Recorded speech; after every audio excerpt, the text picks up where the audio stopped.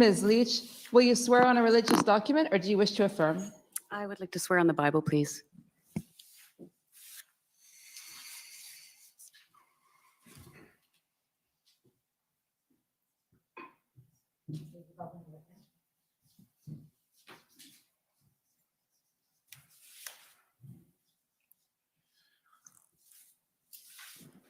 For the record, please state your full name and spell it out. Tamara Lich, Lich. Do you swear that the evidence to be given by you to this commission shall be the truth, the whole truth, and nothing but the truth, so help you God? I do so swear. Thank you. Thank you, sir. Brendan Miller for Freedom Corp and also counsel to Ms. Leach. We have already invoked in writing on October 7th, 2022, all the proper provisions of the relevant statutes with respect to testimony here today. But I believe my friend's consenting that I can have that invocation marked as an exhibit. If we could bring up document HRF 00001610, please.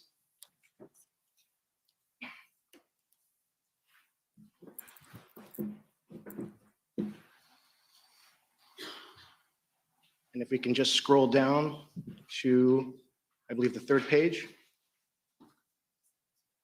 Oh, fourth, my apologies. And there is the invocation. And thank you, sir. Thank you. Okay, I understand she's under subpoena, so just confirming that. Okay, thank you. Good afternoon, Ms. Leach. Good evening. My name is John Mather. I'm Commission Counsel. I'm going to start with some questions about your background. Can you tell the Commission where you were born? Saskatoon, Saskatchewan. And where do you live now? Medicine Hat, Alberta.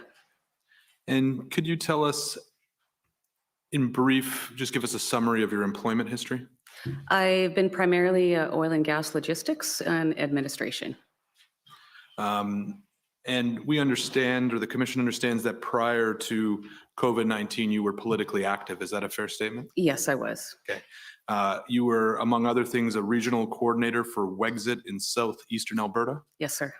You were on the board of directors for Wexit Canada. Yes, sir. And at one point, you were vice president of communications for Wexit Canada. Yes, I was. For those who may not be as familiar with Alberta politics, can you explain what Wexit is? Wexit started out as a movement, I guess, based off of the Brexit movement that started in the UK. And I joined that movement. I was very concerned about the things that I was seeing happening to Western Canadians in politics and became, I guess, a bit of an advocate. So I got involved in the movement and we morphed into a provincial and a federal party. And at one point, Wexit merged into the Wild Rose Independence Party, is that correct? It did, yes. And you, at some point, left that party and then joined the Maverick Party, is that correct? How that happened was I was sitting on two boards when it first came out, the provincial Wexit Alberta as well as the Wexit Canada. And during COVID, my husband and I relocated to Manitoba for about 19 months during the pandemic. So I left that board right as that merger happened. But I stuck with the Wexit Canada board and then we renamed ourselves into the Maverick Party. So is Maverick essentially Wexit but with the new name? Basically. Yeah. And when you said you had concerns about, I think, how the West was being treated, can you expand on what those concerns were? Yes, sir. At that time, we were dealing with Bill C-69 and Bill C-48, and I was just seeing friends and family that worked in the energy industry in Alberta suffering as a result of some of that legislation. There was job losses, and I just saw people losing their jobs and coming into my office, you know, handing me their resume with tears in their eyes, asking for a job 2 weeks before Christmas. And I just felt like I needed to get involved and exercise my democratic rights. And again, for people who maybe not be as familiar, can you explain how those bills, at least in your mind, led to the job loss you're talking about? Well, Bill C-69 was the No More Pipelines bill, and I think you can recall at that time there was the Trans Mountain Pipeline expansion and other pipelines that they had been discussing or proposing, Energy East, for an example. And when all those got canceled, a lot of people didn't have any work. What is the goal of the Maverick Party? The goal of the Maverick Party was to seek constitutional reform for better equality for Western Canada, or to seek an independence, very much like what Quebec has, being referred to as a nation within a nation. And what, can you give any examples of the constitutional reform that the Maverick Party is seeking? I believe one of them was the getting more equal seats in the House of Commons. I mean, a big concern for people in the West is that every election, before the polls even close in Alberta, it's already decided. The elections are already decided. So I think myself and a lot of people in the West just felt like we didn't really have a voice in the House of Commons.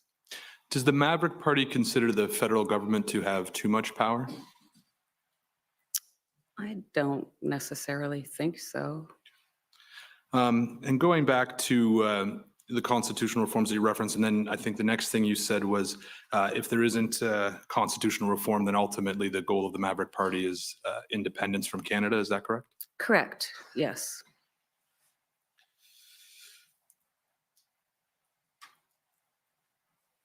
Have you ever been a trucker, Ms. Leach? Never. The commission understands that in 2019, you also participated in the Yellow Vest movement. I did. Can you explain what the Yellow Vest movement was? Well, at that point, there had been Yellow Vest. I'm sorry, I don't speak French. I'm not sure of the French term, but there had been similar protests in France. And the organization that I joined in, Medicine Hat, again, was primarily to deal with the legislation against our energy industry, which is what we were advocating for. And we would have rallies every Saturday from 1 to 2 in front of the Tim Hortons and stand there with flags and hold signs, that kind of thing. And so those Yellow Vest rallies were rallies in opposition to the same legislation we spoke about earlier? That's correct. And you mentioned that it was, maybe is inspired the right word by the movement in France? What would be the right word? I guess inspired, maybe. And were you aware that the movement in France eventually came under some controversy for being associated with Islamophobia? I was not aware of that, no. And so I think you mentioned, but it's the commission's understanding that you were the organizer of the Yellow Vest rallies in Medicine Hat? I kind of moved into that role like I said, I was going to the rallies and meeting people and offered to help in any way that I could. And it's the commission's understanding that the Yellow Vest in Medicine Hat ended up changing its name. Is that right? Yes, they did. And why did the Yellow Vest group in Medicine Hat change its name? I read this morning an article, and I don't really remember what happened at that time, but I did see in the evidence that I was reviewing last night that there had been death threats against the Prime Minister. So clearly we wanted to distance ourselves from that. Right. And so if I could pull up COM 50908.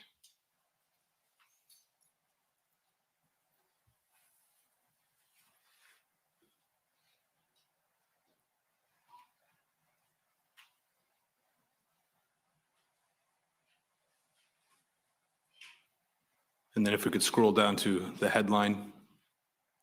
This is an article from January 12th, 2019, and says, following death threats to Trudeau, Yellow Vest Medicine Hat looks to change their name. Is that the article you're referring to? Yes, sir.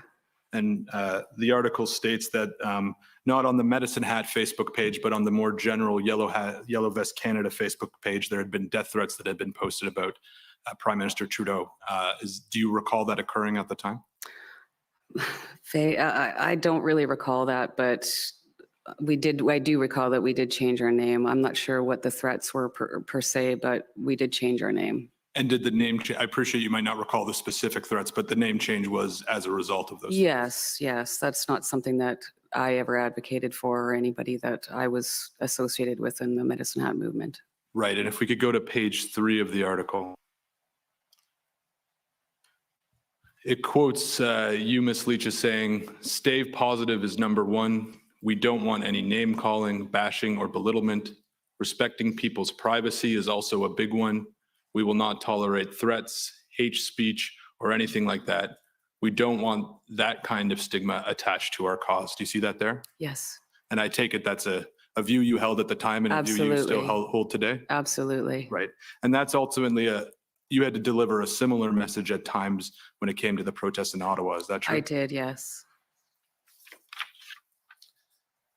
The commission has heard evidence on a few occasions about a convoy in 2019 called United We Roll. Are you familiar with that convoy? I am.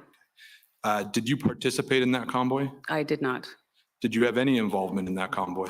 I didn't have involvement in that convoy other than maybe connecting people's phone numbers or getting people connected that were going. At the same time as that United Reroll was starting, there was a lot of, I guess, mini convoys, I would call them, in little communities. And so I was a part of organizing the little one that went through our community. So you connected people's phone numbers and then organized a smaller convoy within Medicine Hat? Yes, sir. Can you provide more detail about what you mean when you say you were connecting people's phone numbers? Well, just because I've moved around a lot, I know a lot of people, and that would have been the extent of my involvement if someone was looking for a contact number, per se. Were you aware at the time that Pat King was involved in the United We Roll convoy? That's when I first heard of Mr. King. And how did you first hear of Mr. King? I was on social media. So of course, you're scrolling and you would see video. So that's how I came to know of him. He had a social media live stream. He was live streaming it. During United We Roll, did you ever communicate with Mr. King? No, I did not. When was the first time you communicated with Mr. King? The first time I ever remember communicating with him was after we had started this convoy. So in the context of the Ottawa convoy? Yes, sir. We'll get back to that in a minute. Between United We Roll and the Ottawa convoy, did you follow Mr. King on social media? I followed Mr. King until the United Reroll was over, and then I stopped following him at that point. And when we talk about following, did you make a deliberate decision to click on follow on Facebook? I did. And why did you make that decision at that point in time? Because it was over and I really had no further reason to follow him. Did you come to form an impression of Mr. King's views in following him during United We Roll? I thought he was loud, very boisterous. Other than that, I didn't really know too much about him. Do you recall finding anything he said offensive with respect to United We Roll? I don't recall that, no. Did you communicate with James Bowder at all during United We Roll? I don't believe so, no. Do you remember when the first time was that you met Mr. Bowder?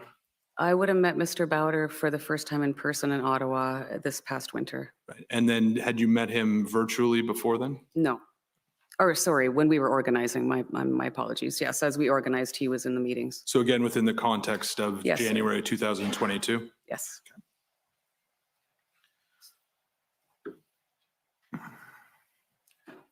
So moving now to the Freedom Convoy, how did you get involved in the Freedom Convoy?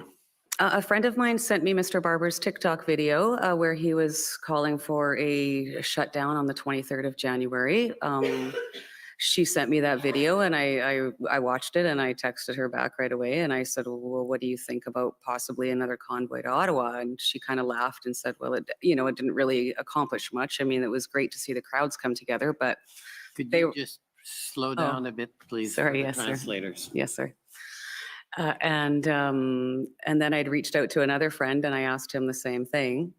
And we just sort of came to the same conclusion that we weren't sure if that was an idea that would be successful. A friend of mine or an acquaintance of mine from Red Deer that was involved in the United Reroll gave me Mr. Barber's phone number and I contacted him on January the 13th. And we discussed, I can't really remember the details of the conversation. I do remember that I said, I'm here to help you in any way I can. My background is logistics and organization and administration, and you are going to need social media and you're going to need some funding. And if I can help you at all, I'd be happy to do that. A few questions arising out of that. Do you remember who the acquaintance was that gave you Mr. Barber's phone number? Yes, it was Glenn Carrot. Okay. And did Mr. Carrot participate in the convoy, do you know? He did not. And the two friends that you indicated you had a conversation with about whether or not a convoy again was a good idea, who were they? Cindy Parker from Medicine Hat, she ended up assisting on the finance committee that I was going to create, and she also assisted with the social media. Yeah. And Kevin Tuchinski, he was a friend of mine that I worked with in Manitoba. And I understood from your answer, but correct me if I'm wrong, that both Miss Parker and I'm going to mispronounce the last name, Mr. Lachinsky, was that? Tuchinski. Tishinsky, did they participate in United We Roll? No, not to my knowledge. So why did you want to get involved in the convoy? Why did you want to reach out to Mr. Barber?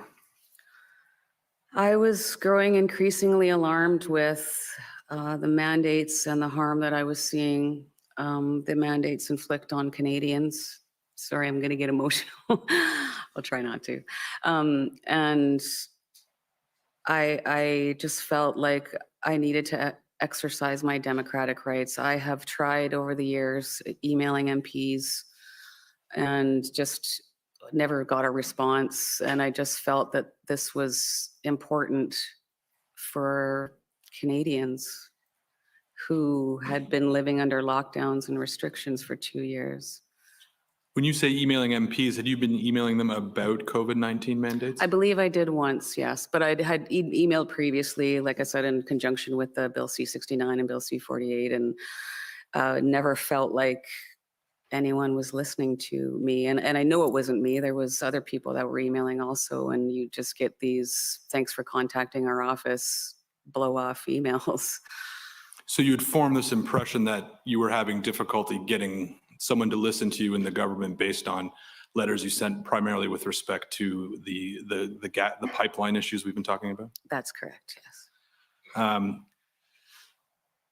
How had COVID-19 restrictions or mandates affected you personally? Well, I lost my job. My husband also lost his job on the same day. My parents run a pilot truck business, and a lot of their business was involved crossing the border, which they were no longer allowed to do. At the time of the convoy, there was rumblings of stopping cross-border, interprovincial, travel if you were unvaccinated. My parents live in Saskatchewan. My grandmother's in Saskatchewan, and I have a daughter and a granddaughter in Manitoba. So I found that incredibly alarming. And why did you lose your job? We were sent home, I guess, in early January because of the Omicron variant. And that combined, obviously, with the downturn in the economy at that time, they closed the shop that I was working at. And the majority of us were laid off. And what shop was that? It was for an oil and gas services company.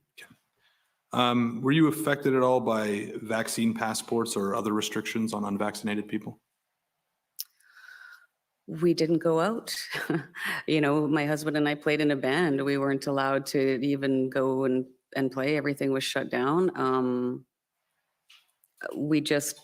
That's part of the reason that we went to Manitoba after we both lost our jobs. We went to visit my daughter and realized that the city that we were in was basically a ghost town, and we would prefer to be out on the farm in the country, helping them on the farm and being productive. What did you want to achieve by participating in the Freedom Convoy? I was hoping that somebody would come and listen to us and listen to the concerns that we had, essentially, about the mandates in particular. Did you have a goal beyond having someone come and listen to you about the mandates? No, we wanted to be heard. We wanted to have discussions. We wanted to end the mandates. Was your goal to have the mandates end, or was a discussion enough, or was that something you hadn't turned your mind to? For me, I feel if we would have just been able to have a discussion with somebody, that would have at least opened a dialogue. And as the convoy came across Canada, you know, Canadians were telling us, don't stop until we're free, don't stop until the mandates are lifted. So honestly, a bit of both. The frustration that you were describing with respect to mandates, did that feel familiar to the frustration you had been feeling with respect to the pipeline and oil and gas issues? I was much more frustrated over the mandates. And why was that? Because I was seeing families torn apart. The suicides in my hometown were so numerous that they stopped reporting them.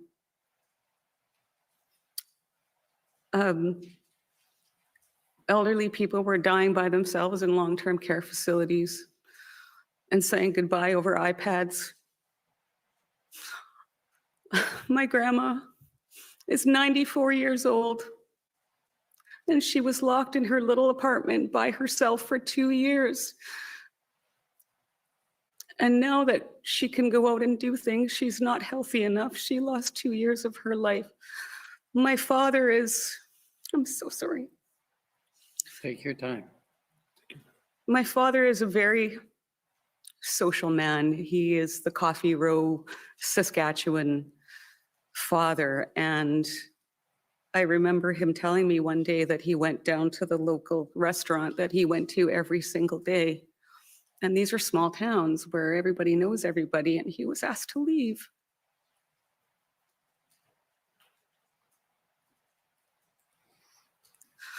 And I didn't want my children and my grandchildren to live in a world like that. I was becoming increasingly alarmed, listening to my prime minister call me a racist and say that I shouldn't be tolerated. I found his rhetoric to be incredibly divisive, and I'm a believer that if you are a leader of a country, you have to lead all of your people, even if you don't agree with them. And I just saw so much. Coming across Canada every day, I heard stories. People, at least 3 people would tell me they were planning their suicides until we started the convoy. Or stories of people that we were too late. I heard from families that were living in their vehicles because they'd lost their jobs. I heard from people that had lost their jobs and lost everything. I have the tears of thousands of Canadians on my shoulder who every day told me that we were bringing them hope. I saw little old ladies praying on their knees on the side of the road, and I saw little children holding signs saying, "Thank you for giving me back my future."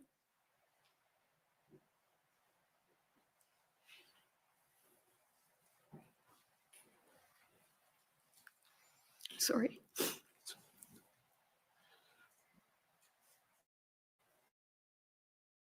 Reaching out to Chris Barber, and it's our understanding that one of the first things you did was create a Facebook page, is that correct? Yes, sir. And started the GoFundMe campaign, is that Yes, correct? sir, I did. And you did both of those things on January 14th? I did. And a Twitter account also. And a Twitter account. Was that different than the Twitter account that we saw earlier today? That was your personal Twitter Yes, account? that was my personal one, yes. With respect to GoFundMe, had you ever done fundraising before? Not on that type of platform, just community, selling chocolate covered almonds or stuff like that. So never done an online social media driven No. fundraiser? And then it's the commission's understanding that on January 17th, you created, or the organizers created, a finance committee. Is that correct? Yes, I did. And can you, what the finance committee's purpose was? Yes, well, when I started the GoFundMe, I had asked, I think it was Mr. Barber, what should I set the target for? And he said $200,000. And I said, no way. I kind of laughed. I was like, that sounds greedy, and I don't believe that we'll ever hit that. And I said, well, how about I set it for $100,000 and And I said, I feel even funny about doing that. I was literally expecting maybe $20,000 in donations, which I was prepared to handle. I felt I would be able to handle that with my very minimal accounting skills. And I can't remember what the total was up to on Monday morning, but I realized that I wanted to create a finance committee so that Canadians that were donating this money would rest assured that we were going to be open and transparent and accountable, and that they would know exactly what was happening with their donations. I just felt that was so important. And how would a committee assist with that? Well, there was, in the initial meeting, there was 2 bookkeepers that had obviously accounting experience. Cindy Parker was also on that committee. Nolene Villebren joined us also. She's a clan mother, a Dene clan mother from the Northwest Territories. And we were in consultation with a chartered accountant in Medicine Hat. So we formed the committee. Obviously, we had a lot of things to figure out, such as how we were going to pay the costs of the truckers to get to Ottawa. And they came up with some calculations based on distance. I'm not sure if it's been entered in evidence, it might be, but because clearly if you're driving from Vancouver, it's going to be, way more expensive than if you're coming from someplace in Ontario. And we'll get into that more in a minute. Commission also understands it was around January 21st, 2022, when the GoFundMe donations hit $1 million. Does that sound accurate? Probably. There was a lot going on then, but yeah. Yeah, in and around there? Yes. What was your reaction when that milestone was hit? I believe I was blown away. We did not see that coming, did not expect that we were going to have that level of support. And it was funny as we were driving across Canada and the committee member or somebody would call me or text me and say, you got to bump it up again, because there was a few days there where Canadians were donating $1 million a day. And it was very exciting and exhilarating, of course, but at the same time, I would just feel myself almost getting like more and more anxiety, because from my view, when you're talking that kind of money, the lawyers are coming. And here we are today. Right, because that kind of money, in the millions of dollars, a lot of responsibility. It's a massive responsibility. Other than set up the finance committee, what else did you do to address the responsibility that came with having millions of dollars? Well, as you heard from Mr. Dichter, I contacted him, and I was, for the same reason that we added Chris to the accounts, I didn't want to be solely responsible. So I added him onto the GoFundMe campaign, just as I had added Chris Barber as a signatory on my accounts. Anything else? Probably. Sorry, my mind went blank. That's okay.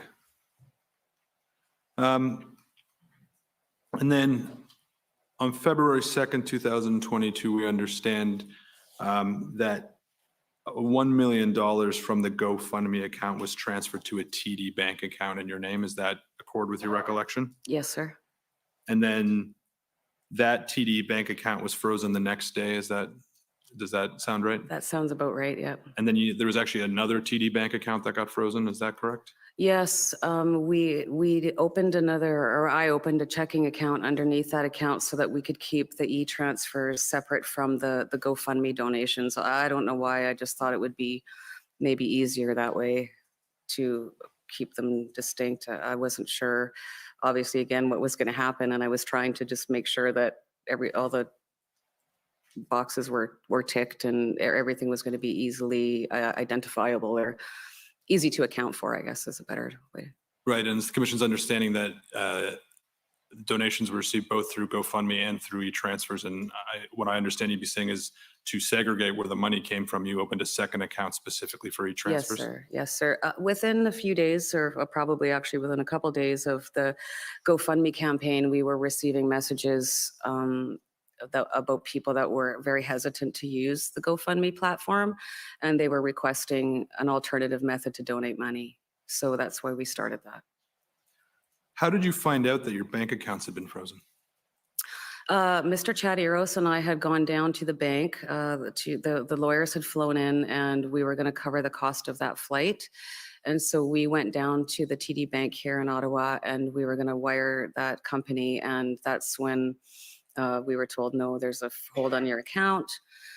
The lady was excellent. She gave me a note and said, there's a Mr. Jay Stein that has left his name on here if you could contact him. And then she indicated that he was working with the fraud department. If we could pull up com.or 705, and Ms. Leach, while it comes up, this is the overview report that was presented this morning with respect to crowdfunding. And if we could go to paragraph 87, which is on page 33.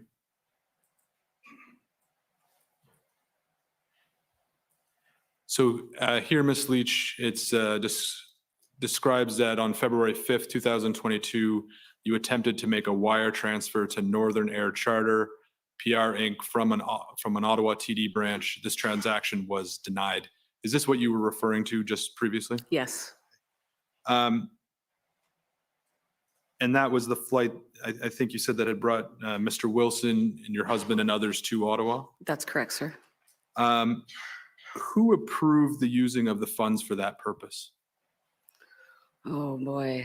I'm not sure if at that time we had already had the board created or not.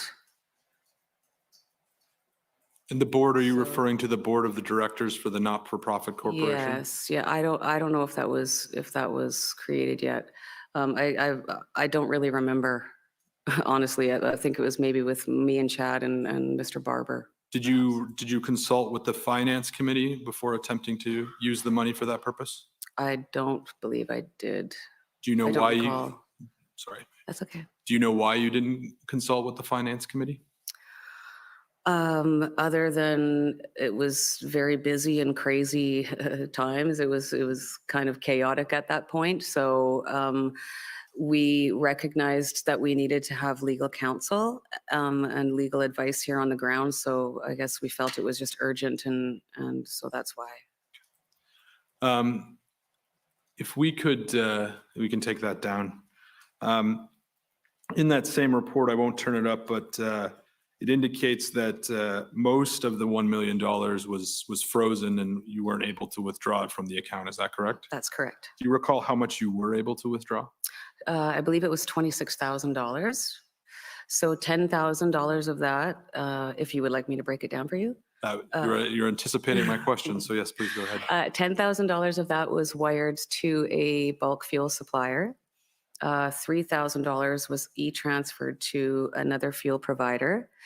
Chris and I had gone down, sorry, Mr. Barber and I had gone down to the TD, and we withdrew $3,000 in cash from one account and $10,000 in cash from, one branch, and then went to the next branch. And then, and I remember being very nervous about it because I was very conscious that we needed receipts when we needed to be accountable. And they were the road captains that went out and bought whatever supplies, fuel. I believe some of that went to fuel.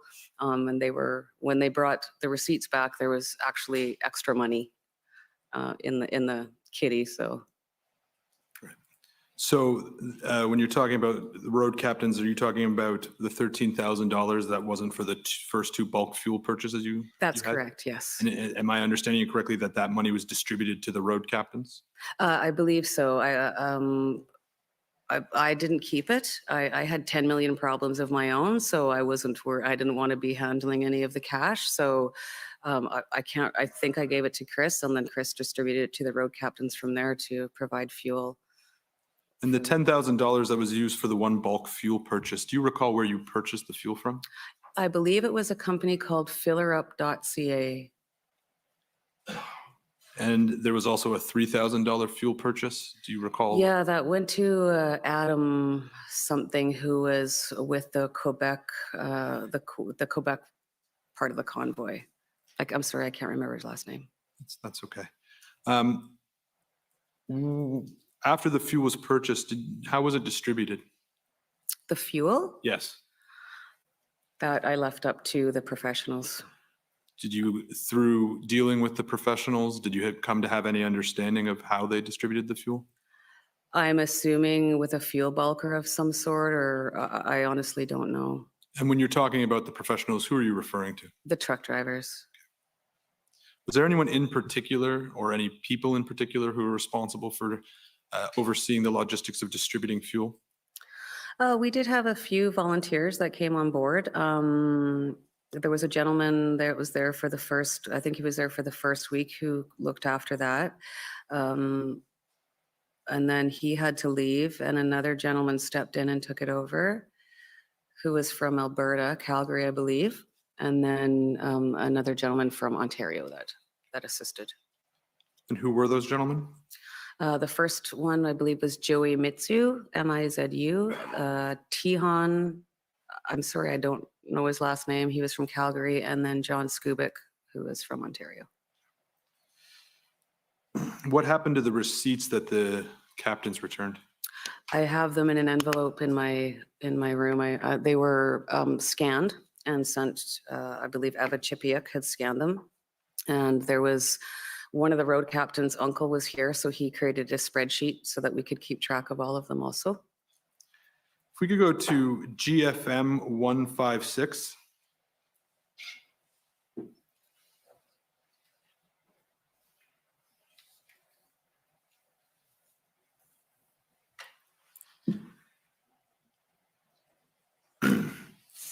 So this is a GoFundMe attestation letter. Are you familiar with this document? Yes. Can you describe what this document is and what its purpose was? I don't really remember the details. Is it okay if I read it? Yeah. Okay. Yeah.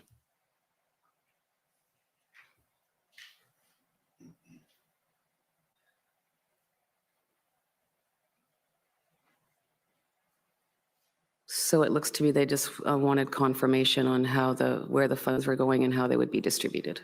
Right, and the clerk has scrolled down now, and what I want to ask you about is, it says, with the oversight of the Finance Committee, I will execute the following plan to meet the stated purpose of the fundraiser and distribute the funds raised and released to me. And then it sets out a process. Do you see that there? I do, sir. Do you recall making this form of commitment to GoFundMe? I do, yep. And it's our understanding that GoFundMe sought this sort of commitment as part of the ongoing discussion about whether or not it would release the funds. Is that correct? Yes, I believe they were trying to do their due diligence. And you see here, it sets out a process. Funds will be distributed via e-transfer directly from the TD Unlimited checking account, established in my name to individual convoy participants. Participants must submit their own convoy registration forms, fuel receipts, and verification for their participation from the road captain. To that, participant registration is verified by the respective road captains upon demonstration of completion, receipts, and confirmation of the journey to Ottawa.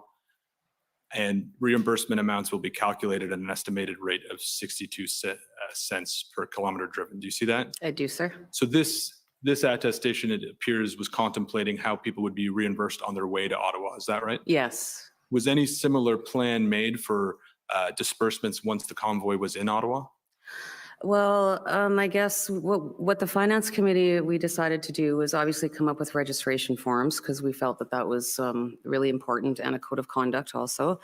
And that is based off of the calculations that the Finance Committee had come up with to pay them for. So when it was not anticipated how large this was going to grow, I thought e-transfers would be a very easy way to disperse the money, and that's what the registration was for, so that we would have their contact information and their email addresses in order to make that happen.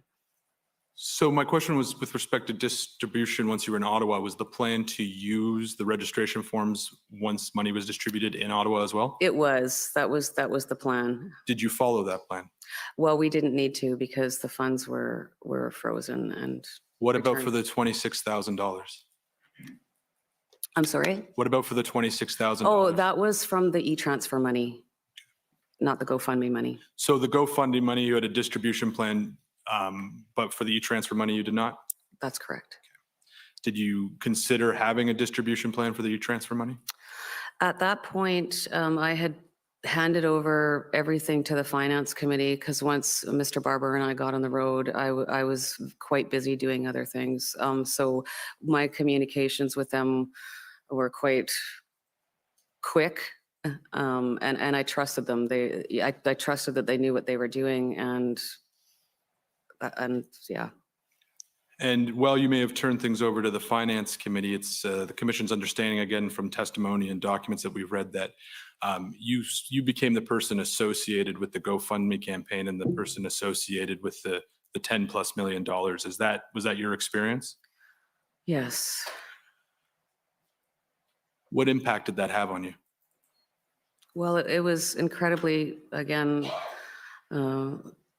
it was an incredible responsibility. And again, I was wanted to always be as open and transparent about it as possible, which is why I started doing the lives so that I could let people know, what was happening.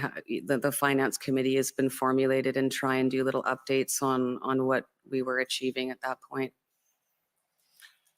Did you get a lot of questions about the money and what you were planning to do with it? Oh, of course. Yeah, everybody wanted to know about the money. Did you get a lot of people approaching you and asking you if they could have some of the money? I did, yes. And Mr. Eros, who we've spoken about, had an interview with the commission, and he said that at some point after February 1st, he spoke with you on the phone and you told him that you were feeling overwhelmed because a lot of people were circling you and asking for money. And he said that you called them vultures in a text message. Yeah, that's how I didn't mean they were vultures. I just felt like the vultures are circling. How did you handle having all these people circling around you and seeking money? The best I could. I had created a finance committee to ensure that the money that was donated was protected and that I was protected. And I just wanted,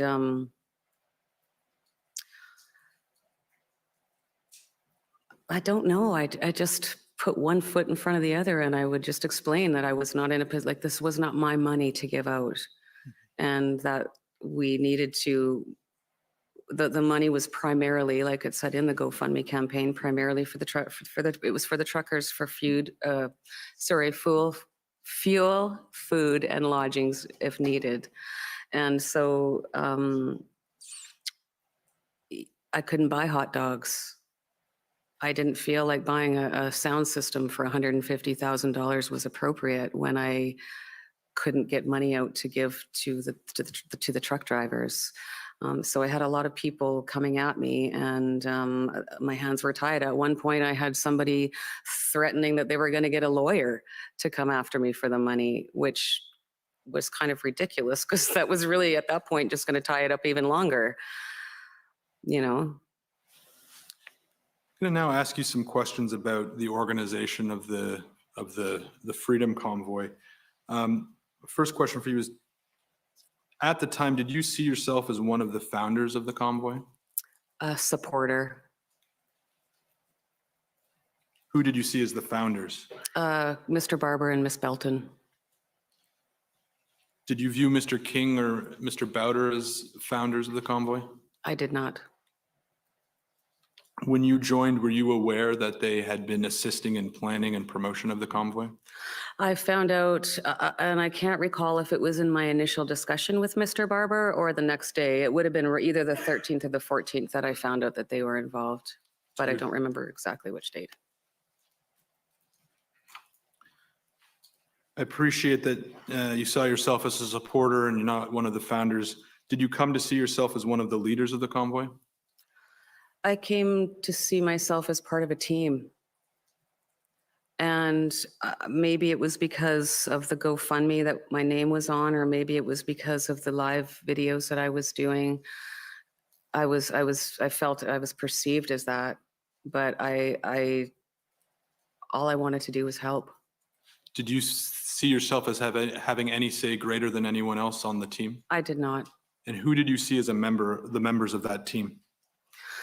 Obviously, Miss Belton and Mr. Barber, the road captains, Joe Jansen, Miranda Gassier, Ryan Mihilowitz, Dale Enns, Sean Thiessen. I hope I'm not forgetting anyone. So when Mr. Wilson described you as an organic leader, do you agree with that statement? I guess that's what I alluded to with my previous answer. Right. And what I understood from your previous answer is that you were seen as the leader, but you yourself didn't feel that you were the leader. Absolutely not.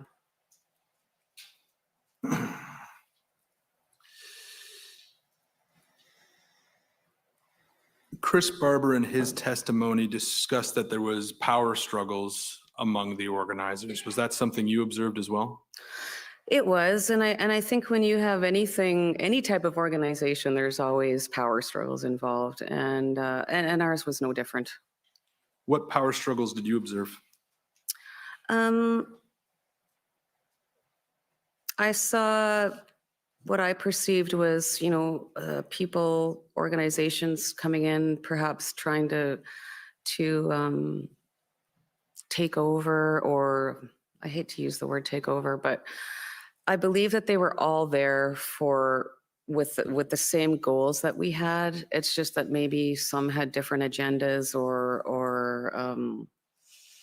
were looking to possibly promote their own brand. There was obviously, I had a lot of people coming up to me as we were just talking about, telling me what I needed to do with the money, should do with the money, could be doing with the money, what I had to do, and it was very overwhelming. What were some of the people or groups that were doing that? The first one that I was concerned about was an organization called Taking Back Our Freedoms. And I felt, again, that they were there with the right end goal in mind. I remember they showed up with bags of swag. All of a sudden, I was getting pulled into meetings with, I believe it was Give, Send, Go, because we were looking at, there had been obviously problems starting with GoFundMe, and we weren't sure what was going to happen. And so I honestly don't, I remember being in meetings and conference calls, and I really didn't even know what was going on. And I had a discussion with Mr. Eros after one of those, and he was concerned. When you talk about bags of swag, and that was is that a case where you were concerned that, well, the group might have had the same goals, they were seeking a promotional opportunity? Is that what you're referring to? Essentially. Right. Did you have concerns that there were other groups or individuals who were seeking to use the mass media coverage, and the $10 million as a way to promote themselves instead of focus on the cause? Not that I can think of offhand now.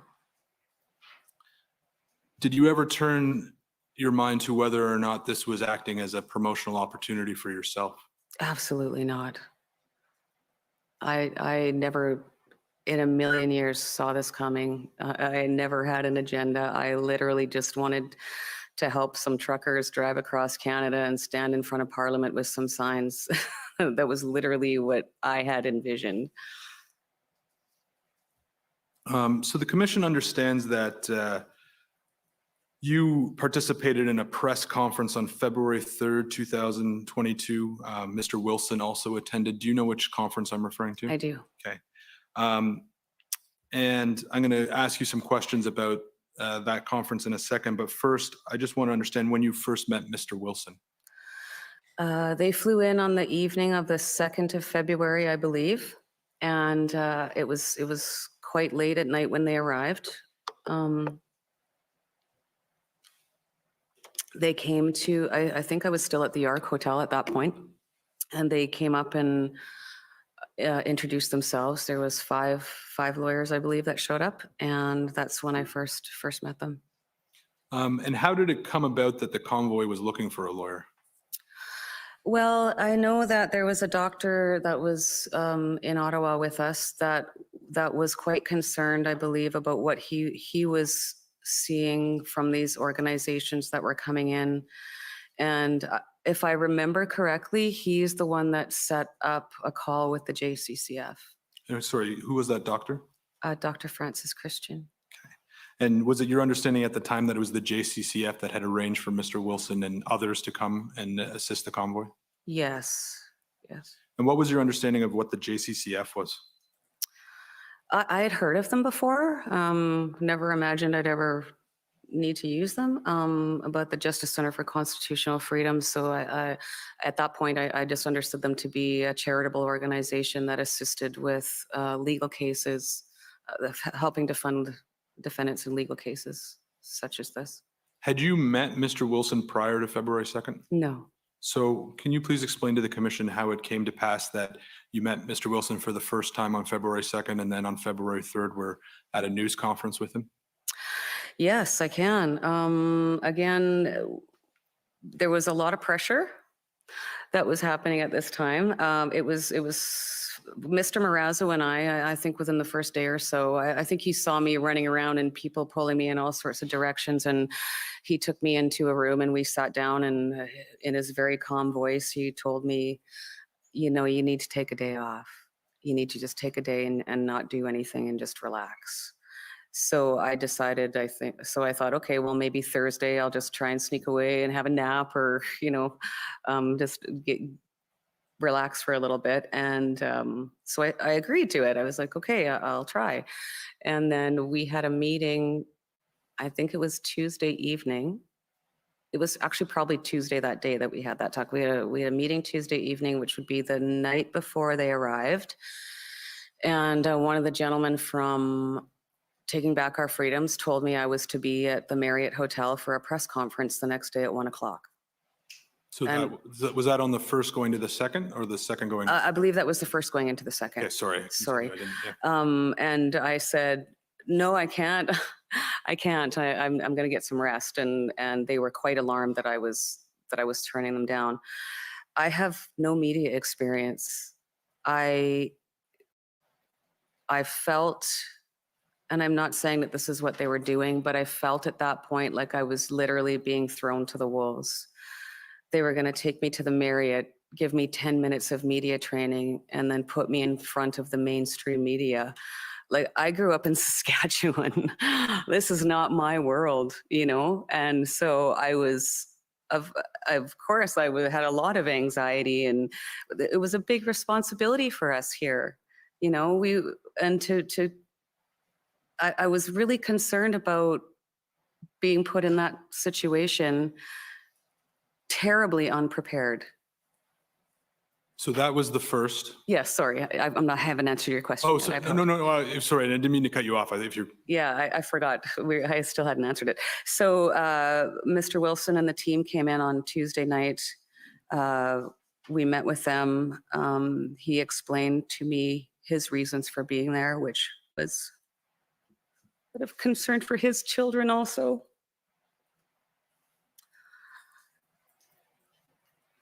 And I immediately liked him and his team. I told them about this press conference, probably begged him to help me because he's had experience with this. As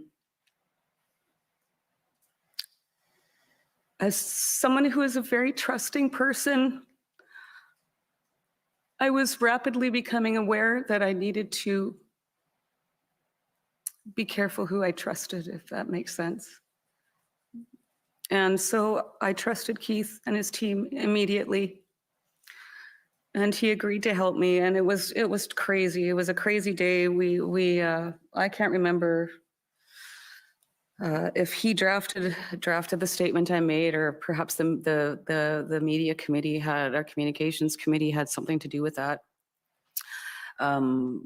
Anyways, he agreed to help me, and they were like knights in shining armor, in my opinion.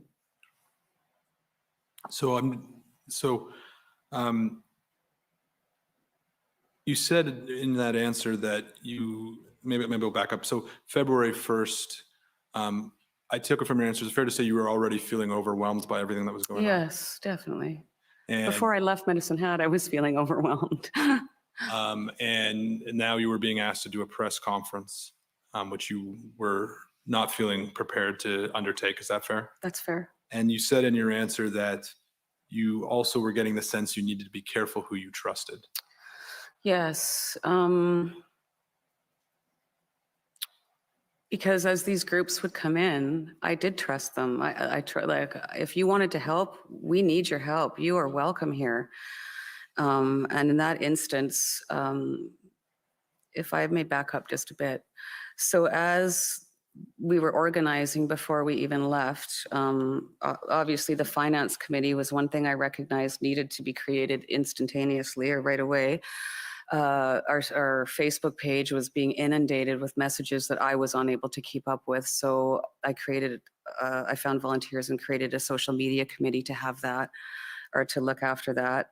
I then realized that we needed, I guess, a media team, or I guess a media team would be the best thing. So there was a little committee made with that, which you heard Mr. Dichter allude to today that he was a part of. And I forget where I was going. Could you ask me your question again, please? My question was really, you said in the February 1st to 2nd period, you began sensing you need to be careful who you trusted. Oh, And yes. I wanted to understand what had caused you to have that feeling. Yes. I just can't remember what my point was with the committees. But anyways, yeah, I felt at that point like everyone kind of, not everyone, I felt that some people didn't see me. They just saw $10 million over my head. And of course, as they would come in and these organizations would come in, and there were many, many wonderful organizations. And obviously we were very grateful for their help. But again, in that case, I was feeling as the days went on, I was getting more and more uncomfortable with them coming in and taking over the meetings that we were like our briefing meetings. I actually left the Ark Hotel because all of a sudden they were in the room next to me on the 7th floor, which I thought was really odd. And one of the road captains made mention to me that we had a coffee in my room one morning, the road captains and myself. And they mentioned that when they left, they were opening and closing their door to see who was leaving my room. I don't mean to interrupt you, but can you explain who the they is in this situation? I'm not sure who the room was, who it belonged to, but Mr. Beyer and Mr. Peloso and their team were in that room. And they were with the Taking Back Our Freedoms group? Yes. Was there any other groups causing you this sort of concern? Not that I can recall. And so what was different about Mr. Wilson and the people he was with? What you mean, why did I trust them? Another way of putting it, yeah. I felt that they were genuine. As I said, when Mr. Wilson was explaining to me his reasons, he was a lawyer, obviously. He was sent there to help us, but he was also had concerns, and he was concerned for the future of his children too. And I guess I just had to trust them, and he gave me no reason not to. And then at the next day, you did appear at the news conference with Mr. Wilson, is that correct? That's correct, sir. All right. And at that press conference, Mr. Wilson described you as the spark that lit the fire. Do you recall that? I do. Do you agree with Mr. Wilson? Were you the spark that lit the fire? As I said, I never saw myself in that light, and I still don't. I feel like I was part of just an amazing team. I would not describe myself as the spark that lit the fire. Appreciating everything you've said about Mr. Wilson, and I've heard you, did it concern you that Mr. Wilson opened the press conference by placing you in the spotlight like that? I didn't really think about it, to be honest. Now I want to ask you some questions about sort of your day-to-day life in Ottawa when you were participating in the convoy. And we've heard the evidence, and I've already heard you say we understand that it was a busy time, there was a lot going on. But can you give the commission a sense of what you were doing on a day-to-day basis? Well, when I first arrived there, I was in and out of a lot of meetings. It is honestly a blur. We had kind of a joke there that one day felt like a week. There was so much going on, but we would have briefing meetings in the morning to lay out kind of what we anticipated for the day. As I said, when we first saw this taking off, our number one priority became safety. Safety for the drivers, safety for the participants, safety for the public. So we had a lot of briefings on making sure that, talking about things like keeping the emergency lanes open. I remember, if I remember correctly, I believe the first weekend we got there, we had some problems with, I heard, Antifa that were spray painting vehicles and breaking windows and putting nails under tires. And so they created block captains that could monitor throughout the evening to ensure that people were going to be safe from, I guess, anti-protesters or whatever they are. So you attended the meetings. What else did you do? Lots of meetings in the beginning. I was at the Swiss Hotel. It was so many meetings at the beginning, honestly. I tried to get out to talk to people. The first Sunday we were there, there was a church service that we attended, and I spoke with the clan mothers and Mr. Dichter. And the commission's heard evidence for instance, Mr. Marazzo, who described himself as responsible for logistics. Mr. Barber, who sounds like he spent a lot of time interacting with truck drivers and speaking with them. Mr. Dichter today talked about how he was responsible for public relations and messaging. We anticipate that Mr. Bulford's going to testify tomorrow and that he was responsible for security and other things. With all of that covered, did you have a specific responsibility? Mother hen? No. I guess when I first got there was lots of obviously meetings to do with the finances and stuff like that. And as I said, they were, we ended up setting up a give, send, go. So there was conference calls and stuff like that. The details I couldn't tell you, but I got out to speak to the crowd and wanted to go see the people. And I went to 88 or the Emblem, I believe it was called. Saw and went to the truckers that were down on Parkway. So I spent some of my time just walking around in the crowd and talking to people. And fair to say that once the money was frozen in terms of managing the finances, that was something that was mostly off the table? Yes, yes. I'm going to ask you about some of the people we've already discussed about and some of the people we've heard in the evidence. You've already talked about Mr. Uros, who we understand was the accountant for the non-for-profit corporation. Is that correct? That's correct. How would you describe your relationship with Mr. Uros when he was in Ottawa? He was a godsend. I will be forever grateful. That man dropped everything to come to Ottawa to help us with the accounting portion and GoFundMe and work with the legal team. And I thought he was great. I have very basic accounting skills. And so to have him come in was a huge load off my shoulders. He could understand what they were talking about. He knew the big words, right? And I was extremely grateful. We had a great relationship while he was here. Yeah.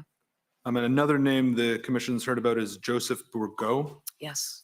Did you know Mr. Bourgault prior to the convoy? I did not know. Did you know of him prior to the convoy? I did not. When did you first meet Mr. Bourgault? I believe we had stopped in, I want to say, we had a stop along the way, maybe Sault Ste. Marie. I can't remember. Anyways, we had a little pit stop, and I believe it was Mr. Barber who introduced me to him. And when Mr. Barber introduced you to him, was it your understanding that Mr. Barber and Mr. Bourgault knew each other? I'm not sure if they knew each other or if he knew of him. I can't say. Fair enough. What did you come to learn about Mr. Bourgault after meeting him? He's a very good man. He was there also to exercise his democratic rights and express his concern for what he believed was happening in our country also. Just a patriotic, good Christian man. Did you learn anything about his background? I knew he had a business in Saskatchewan, a successful farm implement business in Saskatchewan.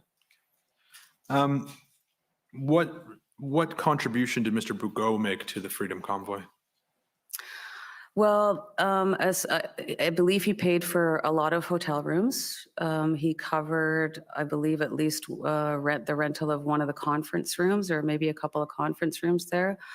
Obviously, when the lawyers flew in, my husband was on that flight, and I was quite concerned because I didn't want the nothing.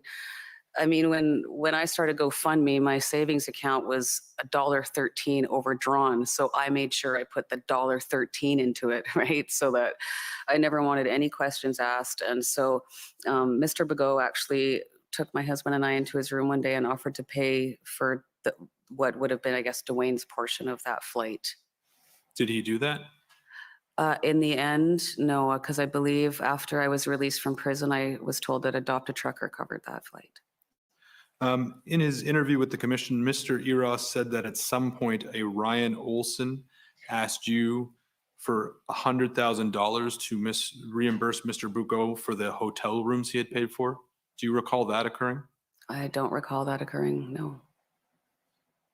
The next person I want to ask you about is Mr. Bowder, who testified before you. Yes. Did you know about Mr. Bowder prior to the Freedom Convoy 2022? I knew of him. I think maybe he was live streaming during the United We Roll Convoy too, or maybe that he was participating or involved somehow. So I knew of him. I did not know him. What did you know about him? Really nothing other than he was a participant in that convoy Right. at that point. I think he maybe had a podcast or not a podcast, but a live stream Facebook show. Did you ever watch that? Briefly, I might have watched a few clips as I was scrolling through Facebook, but I didn't follow him. Do you have any memory of what he was streaming about when you did watch? I'm not really, no.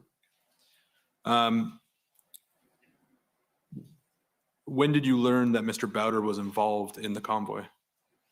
Like I said, when I spoke with Chris, I can't be sure if it was the 13th or the 14th, Right. but their names had both come up. I talked to Mr. Barber on the 13th, and then I believe they had a meeting that evening over Zoom, and so 13th to the 14th. At any point in time, did you become aware of the memorandum of understanding? I did. I think it was quite a few days after that, and I do recall hearing about it. I've never read it. I really didn't pay any attention to it, to tell you the truth. Do you recall what you were told about the memorandum of understanding? Just that there was a memorandum of understanding. Were you out there. given It was, any indication about what was in it? no. Mr. Wilson has testified and in his interview summary stated that members of the board had come to him at some point in time and asked him about the memorandum and whether or not it was for lack of a better word, legitimate. Were you part of that conversation? Maybe. I honestly don't recall that. Did you interact with Mr. Bowder at all while you were in Ottawa? I ran into him. I didn't really see him that much once we got to Ottawa. So I think I ran into him maybe a handful of times. And if we spoke, I believe it was just kind of a greeting and small talk. I really didn't have anything to do with him. And we heard testimony today also from Benjamin Dichter. He testified that you two met sometime in 2017 or 2018. Is that accurate? I thought it was 2019, but it could have been 2018. It's possible. And then he testified that whenever you first met, that you stayed in somewhat regular contact after that. Is Yes, that we correct? did. Yeah. How would you describe the relationship between you and Mr. Dichter before the convoy? I consider him a friend. Do you still consider him a friend? I'm not allowed to speak to him anymore. Was Mr. Dichter testified that you asked him to take on a public relations role and messaging role? Was that correct? I did, yes. And as part of that, did you give Mr. Dichter permission to post on your Twitter account? I absolutely did. I asked him to help me with my Twitter account, actually. And why did you ask him to help with your Twitter account? Because I was getting very, very busy. I was getting messages about the convoy, and I had my hands full with trying to focus on the Facebook page and help the social media committee, as well as preparing for our departure to Ottawa. So I just asked. I felt like he was excellent on Twitter. And I felt that he could help me with that, just to kind of, I guess, keep getting the message out or the progress. And the next person I want to ask you about is Mr. King. If I understand correctly, you became aware of Mr. King during the United Re-roll because you would see him posting and then you stopped following him at the end of that. Is that correct? That's correct, yes. And I apologize if I did ask you this, but had you met Mr. King prior to the Freedom Convoy? No. When did you first meet Mr. King? I was thinking about this last night. I must have met him while we were on our way to Ottawa, but the first time I remember now meeting him was in Winnipeg when we were discussing Benjamin's concerns with the video that he'd seen that morning about bullets flying. I'm sure I met him along the way before then, but I honestly don't recall. But that was definitely, I remember that conversation, or being on the side of the road. Okay. And again, I think we'll get to that in a minute. What would you understand Mr. King's role to be in the convoy prior to that conversation? I believe he was helping with some logistics. He was, I think because of his previous experience with United Re-roll, he had a pretty good idea as to the routes that they would be taking. So fuel, helping to try and find fuel, that type of thing. If we could pull up COM 50902. While this is coming up, Ms. Leach, this is a news article that's reporting on text messages between you and Mr. Barber. Oh, yes. It was referenced during Mr. Barber's testimony. Yes. And well, before we get to my questions, we have been advised by your counsel that you no longer have access to your text messages. Is that correct? That's correct, yes. What happened to them? Well, I was in jail for 19 days, and of course, my phone was inundated with messages. And apparently, I found out after the fact there's a setting that you can have on your iPhone where you can have them automatically delete after 30 days, and it was set to that. So we go to page 3 of this article.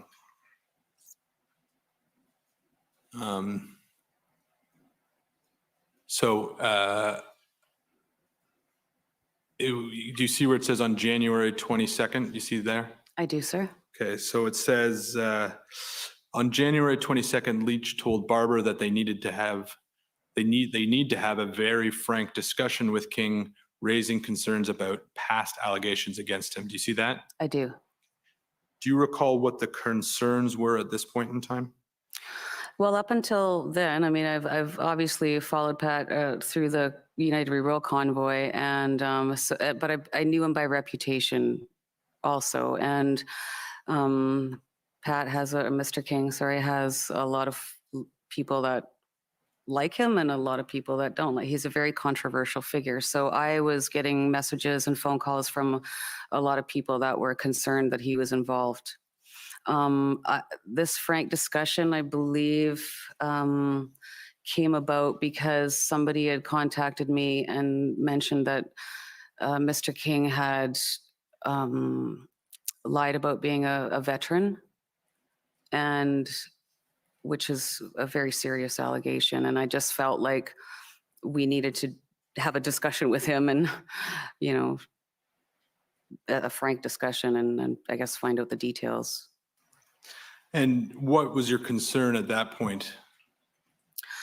Well, there was people that were not joining the convoy because they were concerned about him, and again, because of his reputation. I know he's said a lot of inflammatory things, which I was concerned about, and I was concerned that that would have an impact on what we were trying to achieve. It would take away the focus from what it was we were trying to achieve. So at this point in time, January 22nd, you were aware of Mr. King's reputation for Yes. saying inflammatory things, Yes. controversial things, Yes, sir. things that people may find racist? Yes. Okay.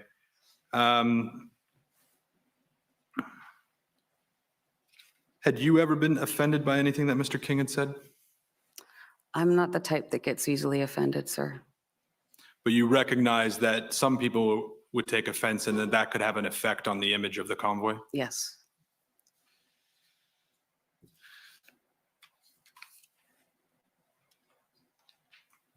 And I thought I heard you say, and you can correct me if I'm wrong, that you were actually receiving messages from people who were expressing a reluctance to participate because of Mr. King's involvement. Did I hear that correctly? That's correct, yeah. Do you have a sense of how many messages you received along those lines? Oh, geez. I had a conversation with my MP about his involvement. I remember that. He was concerned about it. Cindy Parker had concerns about him also that she'd raised right away. And yeah, I don't know how many messages there was concerns, but there was also people that were there because Pat was involved too. Like I said, he did have his followers also, right? Right. And if we continue to look at the story, it goes on to say that despite the concerns we've just talked about, you said that he was needed by the movement. And then it makes a commentary about later comments, and then it quotes you later statements, sorry, and then it quotes you as saying, "We need him, and I don't care about his past, but it only takes one. We have to control his rhetoric, not even threatening to throw snowballs at Parliament." When you said we need him, was that what you were referring to, that he had a lot of followers? Or was there something else? That was in reference to conversations that we'd had with the road captains, and some of them, he had been involved from the start and had, made. I think he looked after the accommodations or something in Sault Ste. Marie because he's from that area. So, yeah. So that wasn't necessarily me saying I felt like he was needed. That I was kind of referencing the conversations in general that we were having, and some of them felt that they were concerned that if he left, that the people that supported him would leave.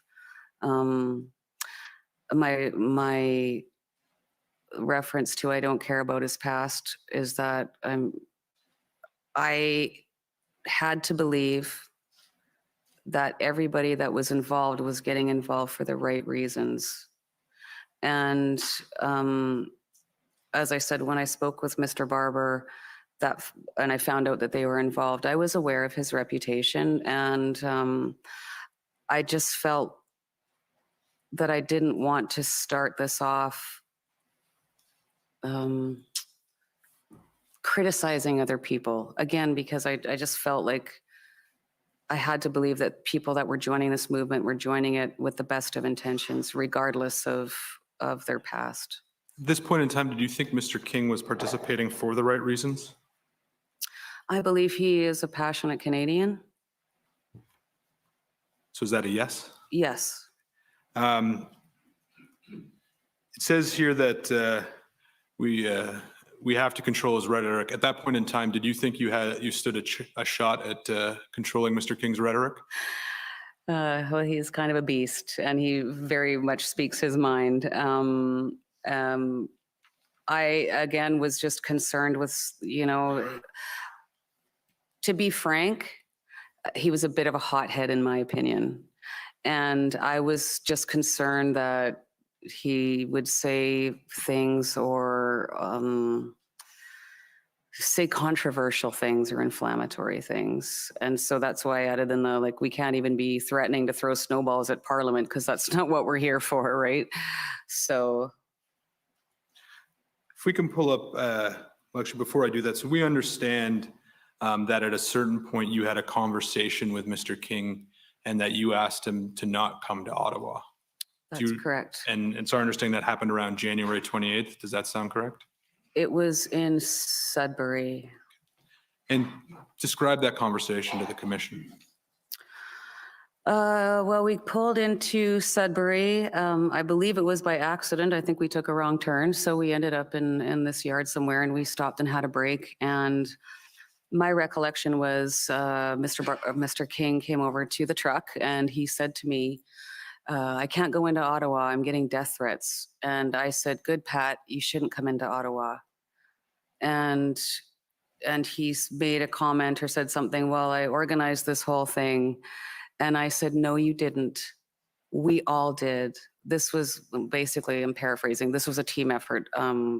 We all had a part in this. And again, he said something about not going to Ottawa, or he organized the whole thing. And I said, no, you didn't. This movement is not about you. This movement is not about me. You need to check your ego. And if you care about this movement, you will not go to Ottawa. And in his testimony yesterday, Mr. King denied that you had said you need to check your ego and not come to Ottawa. Did you hear that? I did hear that. What was your reaction to that? Maybe he just doesn't recall it. So ultimately, as we know, Mr. King didn't take your direction. He did come to Ottawa. Is that correct? Yes. Okay. And how did you feel when you learned that he was still coming? I had other things to focus on, and so once we got to Ottawa, I think I saw him 4 or 5 times, maybe. I believe I'd been there for at least a week. Again, a lot of stuff happened in 3 weeks. And the first time I ran into him was down at Parkway one night, and I was just leaving. And so I didn't have a lot of interactions with him when we were there. To your knowledge, prior to February 14th, and we'll get to that later, but prior to February 14th, did Pat King do or say anything that caused you concern while he was in Ottawa? I heard a lot of rumors, but I heard a lot of rumors. So again, I had other things to worry about. I let the truckers or the road captains kind of handle that aspect.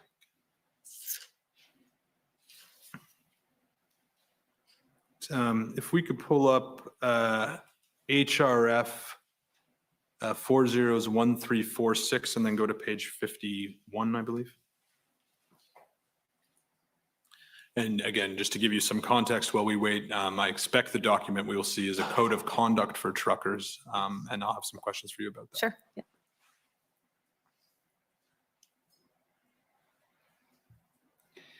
Maybe I'll take a short break at this point, just 5 minutes to stretch our legs, and we'll come back in 5 minutes. Yes, Mr. Michkowski? Thanks very much. much. David Michikowski for the Ottawa Police Service. I have a preliminary matter to raise, and I'm seeking your direction. It concerns the testimony of the panel of witnesses who are going to be appearing later today. So I'm happy, I just wanted to alert you of it. I've advised my friends at Commission Council, and I'm in your hands as whether you want me to raise it now or wait till the witness has finished her cross-examination. Okay, well, I'd suggest we deal with it after the witnesses has finished, if that, unless there's an urgency. And I think perhaps just, have you advised the parties of the issue? I advised Commission Council yesterday, and I heard back and we've had some discussions. So certainly Commission Council is aware of our position. I have not had, and I heard back from Commission Council this morning, and so I have not yet advised my colleagues of the issue. Okay, it might be worthwhile, and I don't know if you can do it by email or you want to do it orally, but just give a heads up to the parties so that when we get to it, everybody will be have thought it through. Sure. If that's okay. Sure, thank you very much. Okay, and we can deal with that a bit later, but I'd suggest we complete this and move on to the that issue once we complete Ms. Lich. Okay, so unless there's anything further, we can start the cross-examinations, and I believe the first is the Government of Canada. I can, but go ahead. My friend, Mr. Champ, and I agreed that if it's okay with you, he would take the first slot. It is not a problem with me, so go ahead, Mr. Champ. This better be an apology to the commission. That's what he better be doing here.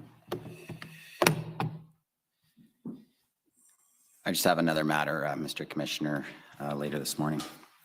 Good morning, Ms. Leach. My name is Paul Champ. I'm lawyer for the Ottawa Coalition of Residents and Businesses, and I have some questions for you concerning your testimony yesterday. Now, I want to start with something, Ms. Leach, that I think we both agree on. You're not a national security threat in any way. I don't believe I am, no.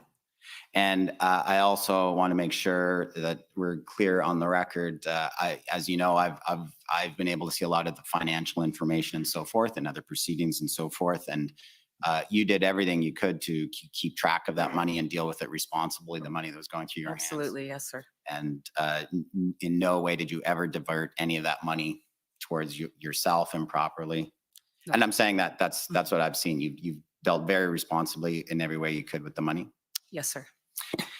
And you also testified yesterday you wanted to come to Ottawa for the right reasons. And by that, I mean you wanted to organize with other people, bring people together over that issue that was important to you, and send a message to the government and to your fellow Canadians. That's what you wanted to do in coming to Ottawa. Yes, sir. And you testified yesterday that you originally thought you wanted to drive across Canada, stand in front of Parliament with some signs, and you thought that's what the protest would be. Is that right? Yes, essentially. I had no idea that it was going to become what it evolved into, yes. For sure. But then once the enormous amounts of money started flowing in through GoFundMe, and people were energized around that, it opened up other options of what this protest could look like. Is that fair? I believe that everyone that was involved and that joined was in it to be listened to, have their voices heard as far as the mandates and the restrictions and the lockdowns went. But it made other things possible, like we were able to get the stages and the sound system and the resources to cover fuel and so forth for a much longer period than you had originally anticipated, correct?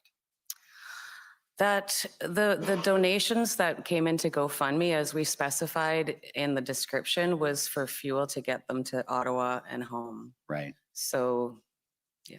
Yeah. So, but once you had a lot more, that opened up options that you could keep getting fuel to the trucks for a while they were here. That was part of the idea. I guess that's fair. And we saw some, or I've read a news story about some texts that you had with Mr. Barber. Yes. I presume you're aware of the news story and those texts. Yes, I am. And in those texts, it's my understanding that you had some exchanges with Mr. Barber on or about January 30th about a strategy meeting at the command center about gridlocking Ottawa. Can you tell us about that? Well, I can tell you what I remember, which obviously isn't much. Gridlock is not a term that I would normally use. So, and as the text message clearly states, that was not up to me. That was never something that we advocated for. Sure. So, and you have to understand that there was lots of times where we would have meetings, but we'd go in there and have a meeting about something totally different. Right.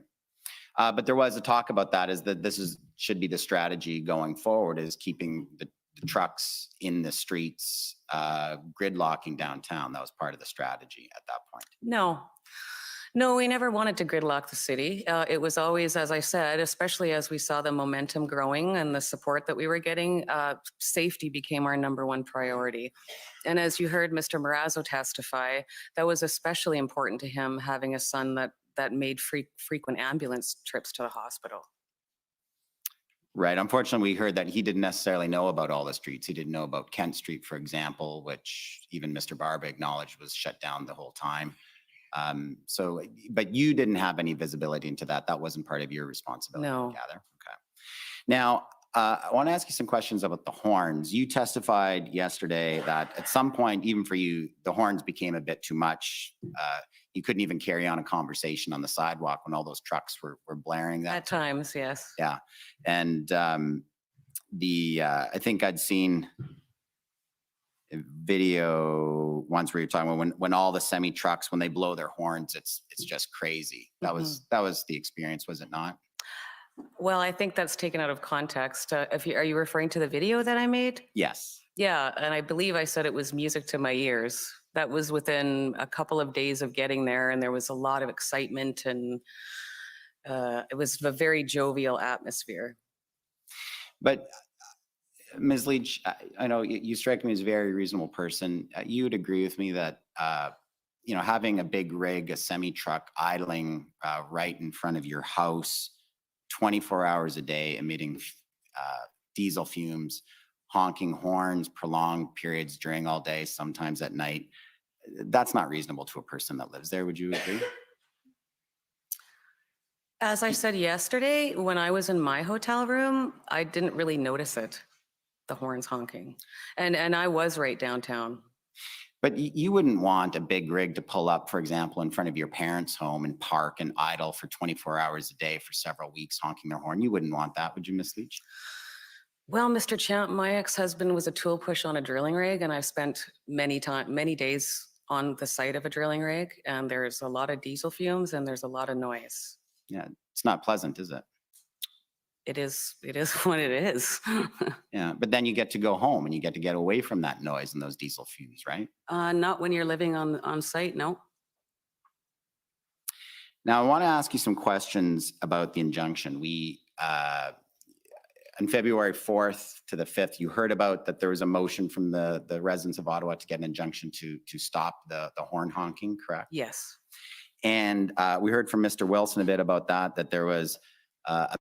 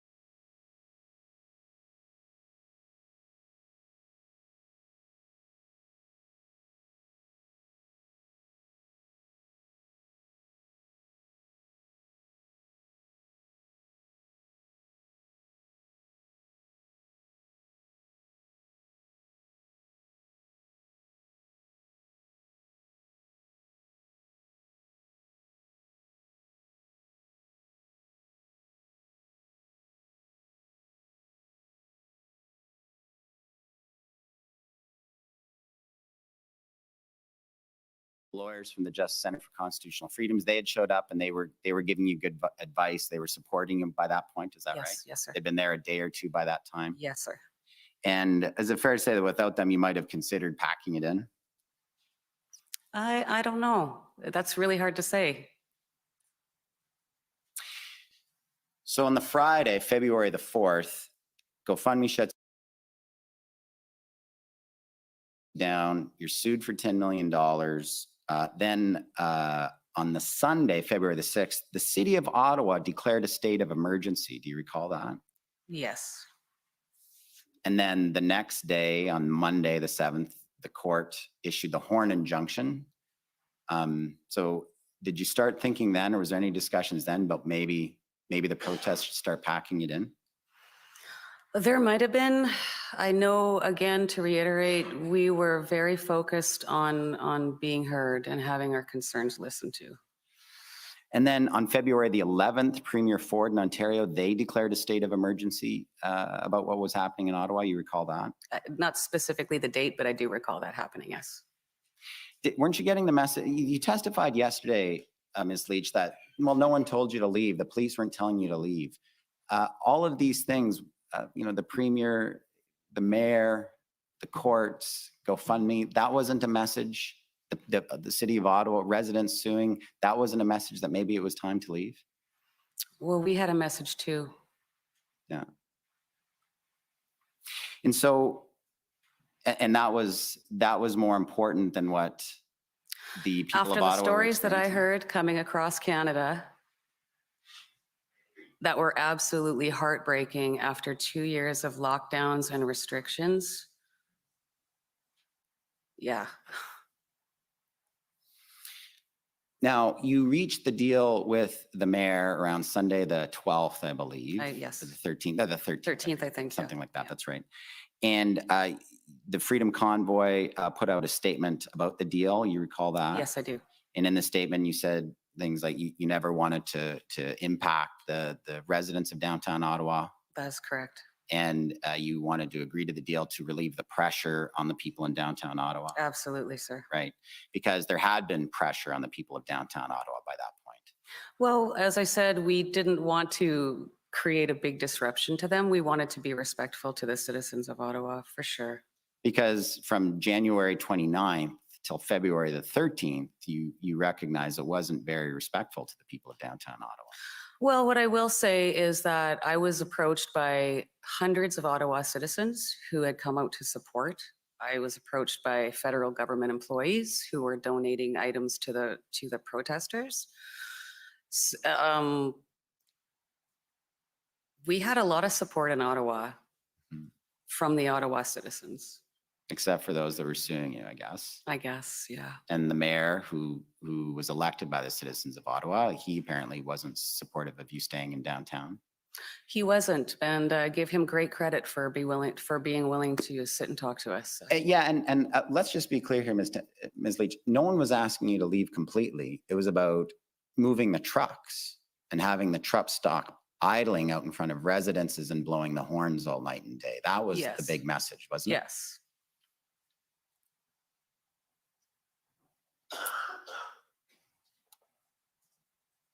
Now, you testified yesterday that once the Emergencies Act was issued, and it looks like there was going to be. Une fois que la loi des mesures d'urgence a été déclarée et que la police allait donc se mobiliser, vous avez témoigné que vous avez encouragé les gens à quitter, les manifestants à quitter. C'est vrai, oui. Mais vous n'avez pas utilisé les plateformes sociales, non. Donc, c'est des gens que vous avez rencontrés en personne? Oui, surtout. Surtout des gens qui faisaient partie de mon équipe également. Et better, you had so much influence on people who were here in Ottawa protesting that you should put it out on social media that, hey, you guys, maybe it's time for us to leave? Obviously, I didn't. Well, and obviously another thing that you did, Ms. Leach, is from my understanding your testimony yesterday, you suspected you were about to be arrested and you went out to the street to ask the police officers or have someone ask the police officers if they were looking for you, right? Yes, that's true. And you went out with someone who could record the arrest when it occurred, right? Everybody has a cell phone these days. For sure. And when you were arrested, I didn't hear Commission Counsel ask you this, but as you were being arrested, you were yelling, "Hold the line," correct? Yes, well, one of the road captains that I was with said it, and I repeated it back to him, yes. Right. And by that statement, I take it you weren't encouraging the other protesters to leave Ottawa, were you? You were encouraging them to stay, to hold the line, correct? Well, you know, that's a matter of perspective. My perspective on hold the line means stay true to your values in the face of diversity. Right. But you'd agree with me, Ms. Leach, that some people who were protesting, who were following you at that time, when they saw that message, they would have interpreted it to hold the line, to stay, hold the line, don't leave Ottawa. Some might have interpreted it that way. Would you agree? I can't speak for what other people think. You don't think that's well, when you speak and you've got that kind of a platform, you recognize that people are listening to you, you have a great deal of influence on those people? Well, again, it comes down to how you define the term, I suppose. So just assist me with this, Ms. Leach. I'm trying to reconcile when you're telling us that you were encouraging people to leave, but you didn't put anything out on social media. But then you were with only one or two people at the time you were arrested, someone that you knew who recorded that video, don't you? I do, yes. Yeah, you know that person personally. I do, yeah. Yeah, and so they recorded it. You were aware, you saw them recording, right? Yes, I did. And then you yell out, "Hold the line," because you wanted the people to stay in downtown Ottawa. Is that right? Again, I was repeating what one of the road captains had said to me. Okay. Ms. Leach, just one last point. For reasons that remain utterly unclear to me, Commission Counsel asked you yesterday about the impact of your arrest and your charges against you. And I just want to make clear, you weren't charged with an offense under the Emergencies Act, were you? It's my understanding you've been charged under the Criminal Code. I believe so, yes, all under the criminal code. Right, you were charged in the Criminal Code for mischief and charged for interference with lawful use and enjoyment, both under the Criminal Code. Is that right? Mischief, counseling mischief, intimidation, counseling intimidation, and a few more. Right, but no offense under the Emergencies Act. No. And the indictment talks about activities from February the 7th up till February, I think, 19th, or the date that you were arrested. Is that right? Perhaps. Or the start of the date is before the invocation of the Emergencies Act, right? I'm not sure. Thank you, Ms. Leach. Thank you, Mr. Champ.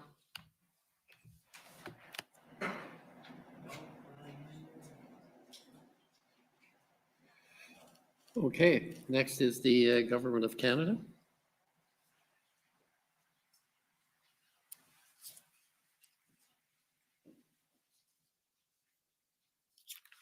Thank you, Commissioner. Good morning, Ms. Leach. Good morning. I'm Andrea Gonsalves. I'm one of the lawyers for the Government of Canada.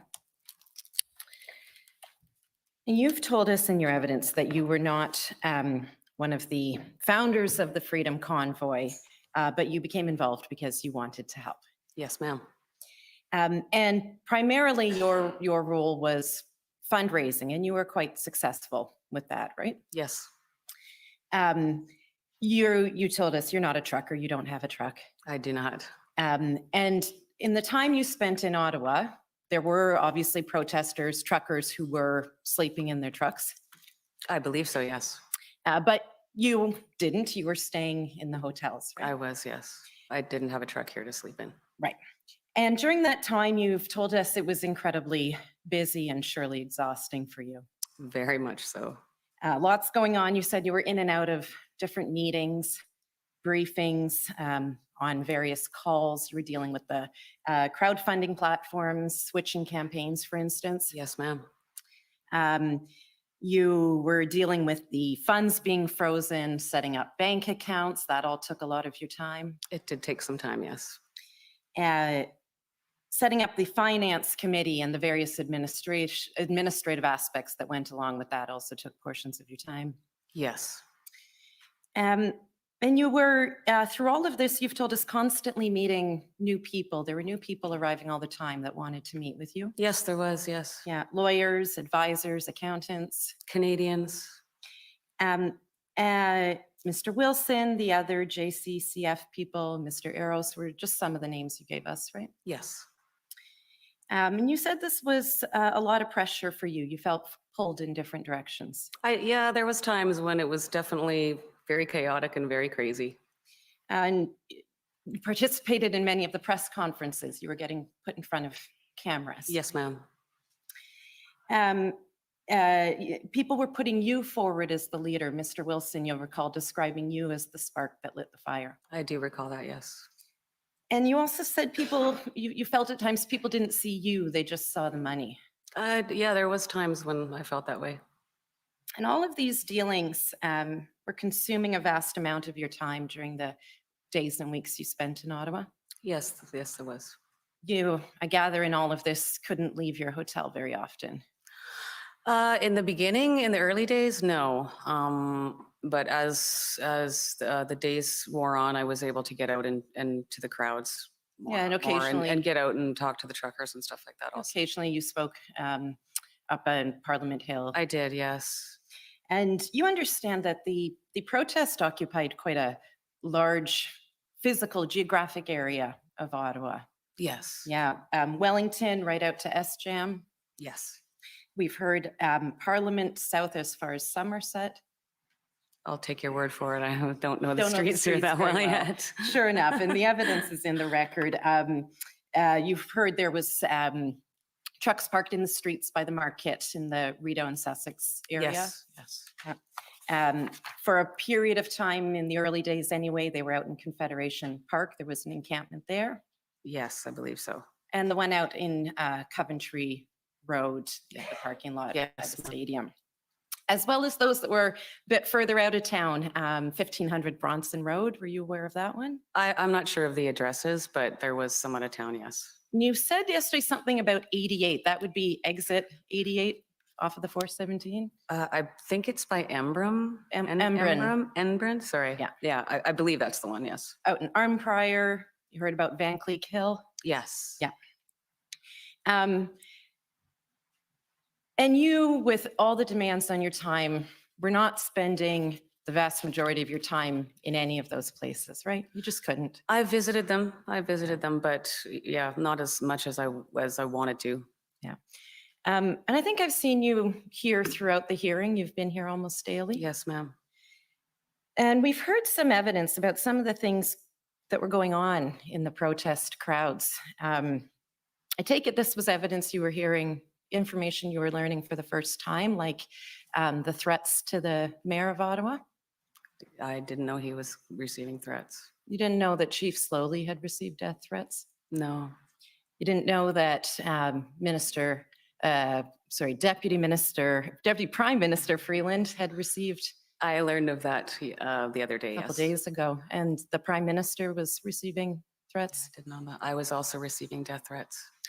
Were you also learning for the first time as you sat through this hearing about numerous weapons-related arrests in connection with these protests? Or did you know that at the time? I did hear something about Coots, but again, I didn't follow those stories that closely. I was too busy here. And weapons-related arrests in Ottawa? As far as I know, there was no weapons related. Okay, well, there's been some evidence about that, and if that's the case, that would be the first time you learned about that too. Yes, I don't recall hearing about weapons, no. We've heard evidence about protesters surrounding police and bylaw officers who were trying to do their jobs. Is that something you knew was going on at the time? No.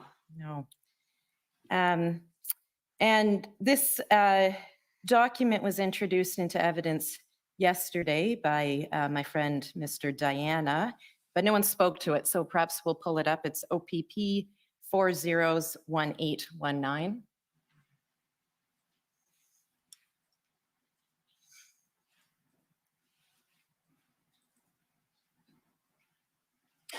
It's a OPP intelligence report for February 14th. And if we could please scroll down to page 2. And just, sorry, the very first paragraph there. And February 14th, of course, that's a big day. That's the day that the Emergencies Act invocation was announced by the Prime Minister, right? Yes. And the first bullet point there says Ottawa Police Service identified an online video in which a driver at the blockade had made inflammatory statements referencing violence, such as using a truck as a weapon. The video also showed him displaying a protective vest, which he claimed would stop an armor-piercing round. He claimed that he brought it with him to protect himself and that he had worn it at the blockade. OPP field officers have spoken with this male, and his truck has been positioned in front of Chateau Laurier since the beginning of the protest. And I take it that's new information for you as well? That is new information for me, yes. And you've testified in this commission that you had to believe everyone who was getting involved was doing so for the right reasons, that they were joining with the best of intentions. And these are at least some examples of people who maybe didn't have the best of intentions, right? Correct, which is why I continually was online advocating for peace, to remain peaceful, to abide by the law, and to respect our law enforcement. Right. And in the various press conferences and press releases that you were involved in and that were being put out in the name of the Freedom Convoy, the message was repeatedly being communicated that the convoy was here to stay in Ottawa until the mandates were lifted, right? Yes, As long as that took was the messaging. yes. Yeah. And you testified both yesterday and in response to questions from Mr. Chant this morning about the deal that, the exchange of letters that you engaged in with Mayor Watson. And as I understand the broad strokes, he sent a letter to your team with the assistance of Mr. Wilson. You sent a letter back, or a letter was sent back in your name, right? Yes, ma'am. And let's pull up that letter. It's HRF 6045.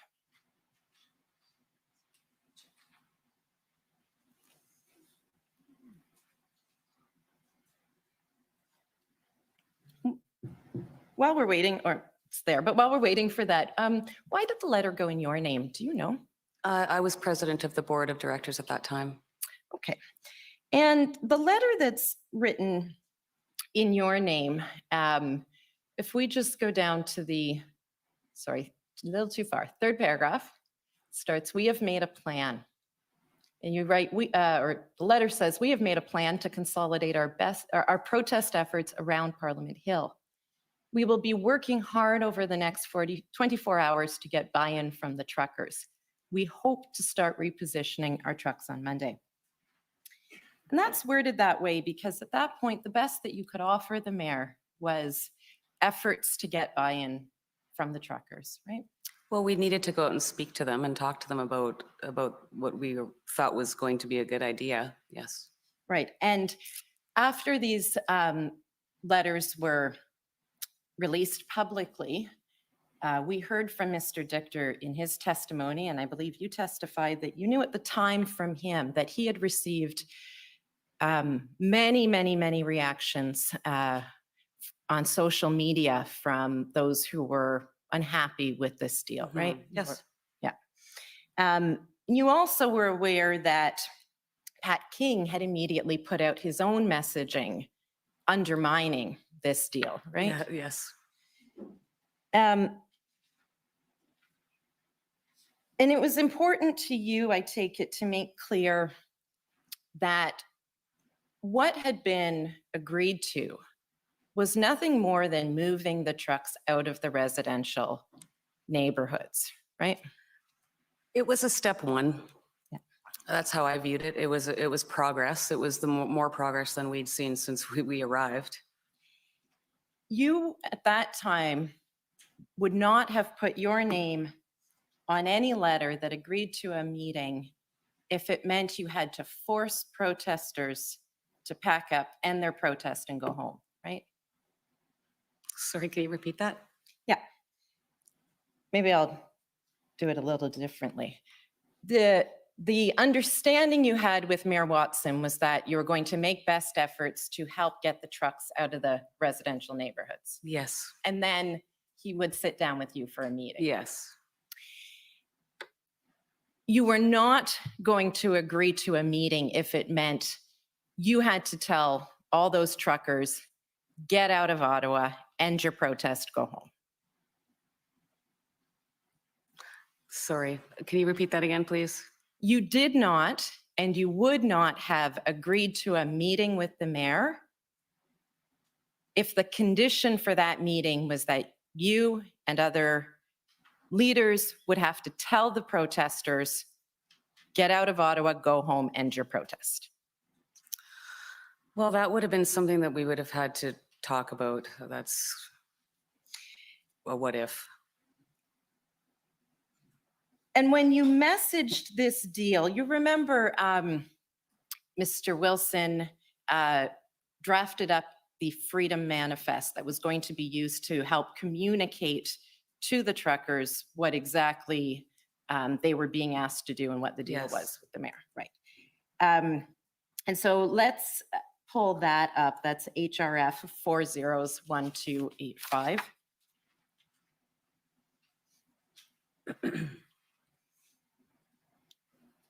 This is a document you had reviewed and you agreed with at the Yes. time, right?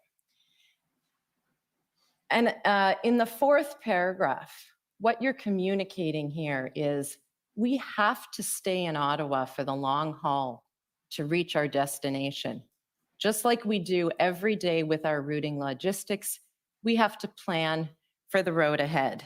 Yes. And that's what you and Freedom Corp were saying to explain the deal to the protesters, that going along with what was being asked, moving those trucks out of the residential core to other areas in Ottawa, was a step necessary to make sure you could continue your protest for the long haul, correct?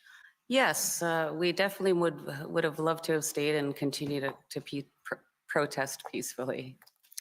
Thank you. Those are my questions. Thank you. Next is the Ottawa Police Service.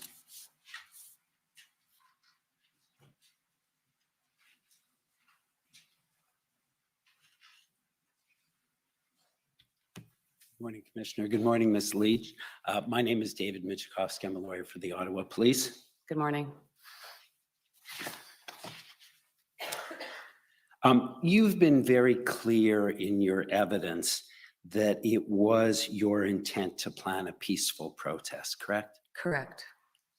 And that was very important to you as one of the organizers. Yes. And you did not plan to disrupt the lives of Ottawa residents or businesses. No. And you obviously, consistent with that, obviously didn't plan to break bylaws, honk your horns continuously, defecate on people's lawns, harass people, or block emergency lanes. That wasn't the plan, was it? I did none of those things. And it wasn't the plan, was it? As one of the organizers, you wouldn't have been in favor of condoning that kind of activity, would you? No. And because it wasn't your plan, and you, in fact, had a code of conduct, you wouldn't have expected the police to turn the convoy away when they came to Ottawa, would you? No, they were excellent to deal with right from the start. And if that had happened and none of the trucks were allowed in, we've heard from OPP witnesses that that likely at that point would not have deterred the convoy because some had driven from very far away. Is that fair? If we would have been told that we couldn't have driven up here, I don't believe that we would have. We would have found alternative places, I guess. I'm saying that if when you got here on the 28th and the 29th, the city was barricaded and you couldn't go anywhere, the OPP witness indicated that that wouldn't have turned the truckers away because they'd come pretty far for this. I don't know how to even answer that question. I guess if there was barricades in place, how could we have done that? And no one from the convoy organizers, to your knowledge, was on social media before the convoy encouraging antisocial behavior? Not to my knowledge. Right. And you've seen the Lawton book about the Freedom Convoy? I have, yes. And in his book, he says that the convoy organizers did not intend to be on residential streets. Yes, And you would agree with that. I would agree with that. But in fact, that is what happened. There was some residential streets that had lots of trucks on them. Yes, sir. There were staging areas, but they were too far away from Parliament. And people wanted to be closer, correct? A lot of them did want to be closer, but there was also trucks that were out there too in those locations. Yes. And you've been very clear in the affidavit you filed in court that there were truckers who came from all over. Yes, sir. And you indicated specifically in that affidavit, which is, we don't need to call it up, but for the record, it's JCF 0012 in paragraph 2 and 3, that you did not control the truckers. Those are your words. Yes. No, we didn't. They're all human beings. I don't control anyone, sir. I open up a dialogue with them and listen. You're agreeing to with what they me. say. I didn't control anyone. I'm sorry? I did not control anyone. You didn't control the truckers. No. And Superintendent Drummond attended a meeting he's heard with some of your representatives on the 13th of February. That was after the date of your letter with the mayor. Those were on the 12th, correct? The meeting, oh yes, sorry, the initial meeting was, I believe, Friday. Yeah, and so yes, correct. Okay, and so the agreement with the mayor was reached on the 12th of February. I believe so. And then we saw that there was a meeting on the 13th that I believe Mr. Wilson may have attended with the mayor's Yes, I believe so. office. And Superintendent Drummond records in his notes, and again, I'll give you the reference, but in the interest of time, I won't call it up, but it's OPS 14455 at page 47. The convoy organizers, the representatives at that meeting, explained that they did not control Rideau Sussex. I wasn't at that meeting. But you're aware that that was said by Yes. at that, okay. And that your representatives also said they didn't control Coventry Road. Yes.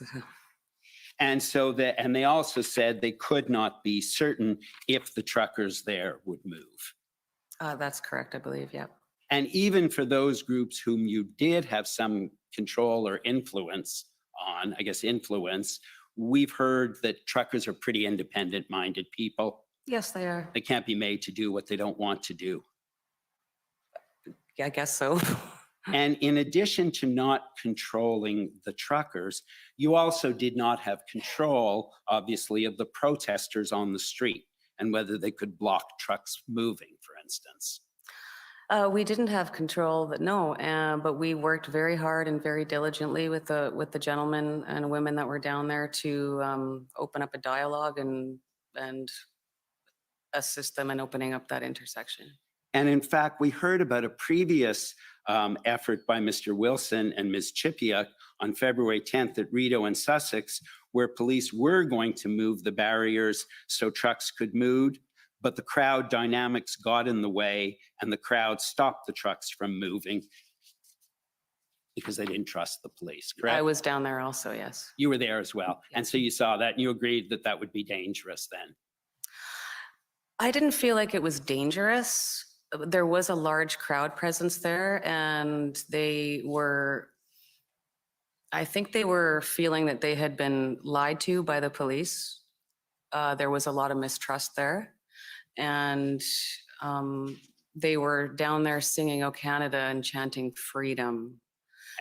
And you agreed it would be dangerous to move the trucks in that scenario because the crowd swelled. There was a lot of people there, yes, yes. And we have heard that notice was given to the demonstrators in advance that they would have to leave. You heard that evidence? Which what are you referring to? We've heard quite a bit of that evidence that demonstrators were told to leave. I have never been told to leave. Oh, you didn't know that? Okay. You're familiar with the PLTs, correct? I am now. I'm going to show you some PLT logs. And you understand that the PLTs were a liaison with the protesters? Excuse me, yes, sir. and would communicate with them? Yes, sir. Okay, I'm going to call it up. I'm not going to start by taking you directly to it, but I will take you to a particular passage. The document is OPS 130-14053. And so while that's being called up, Ms. Leach, those are PLT logs as of February 25th. And I can take you through them in detail and show you, but in order to save some time, I'm going to attempt to summarize what they say on the issue of notice that was given to the truckers and protesters before the public order unit moved in to clear the intersection. And so what I see in those is on February, there were various zones in the city. And I see on February 16th, the PLTs attended SJAM and gave those present the letter, and were told by protesters that the letter wasn't legal because it didn't have a signature. Sounds sort of similar to what you said. Correct? Sorry, just excuse me a minute. Yes. If my friend could actually take the witness to the part in the document that states that so that we can see it. I don't know if that's what it says or not. I apologize. I will take her to it where it's necessary. If she doesn't agree, that's fine. I don't wish to use my 15 minutes by going through the document in detail. If she can't agree, I will take her to portions of it. Sure, let's do that. Take me to portions, please. PLT say they attended SJAM and they were told by the truckers that it wasn't legal, that notice, and it wasn't significant. Do you know about that? I wasn't there, sir. Okay. Do you have any reason to deny that occurred as noted in the PLT logs? I have no reason to. Okay. And understand from those logs that the next day on February 17th, they attended again and delivered the message again. And they attended again on the 19th and delivered it again to those who remained. Any reason to deny that that occurred? I was not there. As a matter of fact, by the 19th, I was already in jail. Okay. And so you weren't on the 17th, were you? I was arrested that day, yes. Right. And I'm pretty confident, because you were one of the organizers, that the truckers were communicating with you and telling you what was happening. From SJAM? All over the city. No, not necessarily. And then in zone 2, and this is on page 7 of the same document, Mr. Marazzo met the PLT on the 16th, and the message was delivered to him. And then it was delivered on Wellington Street. And the PLTs described hostile and screaming at the police. And the police then had to withdraw due to the hostility. Any reason to disagree with that? I was not present there, sir. Any reason to disagree with it? Sir, with respect, my friend's asking a witness who has no knowledge of something whether or not she disagrees with a document of which she didn't draft, of which was drafted by the police, and then asking if there's any reason to disagree with something she has no knowledge of. That's not a question, sir, that's permissible. It's not relevant. This witness, while this was all going on, was in jail without any form of ability to access phones and texts, etc. It's not an appropriate line of questioning. The witness can answer if she was aware of it or not. She wasn't. I think it's quite proper cross-examination. I'm not sure it's very helpful in the sense that I'm not sure what you're getting at. She can neither confirm nor deny because she has no knowledge. Right. To say, has she the questions relating to whether she received communications about any of this may have some relevance, and she's answered that. So, well, you can go ahead, but you're in my submission, it is highly relevant because the witness said that no notice was given. And I'm going to suggest to you, Ms. Leach, that the PLTs went to every single site and gave notice to everyone. And you're saying you didn't know that. Is that right? If you say so. Okay. I'm going to ask that we turn up OPS 12205, page 60.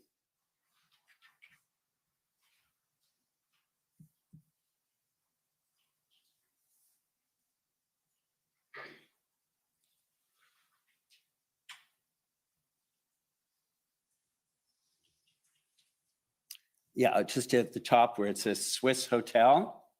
I'm going to tell you something, and maybe you'll remember this, Ms. Leach.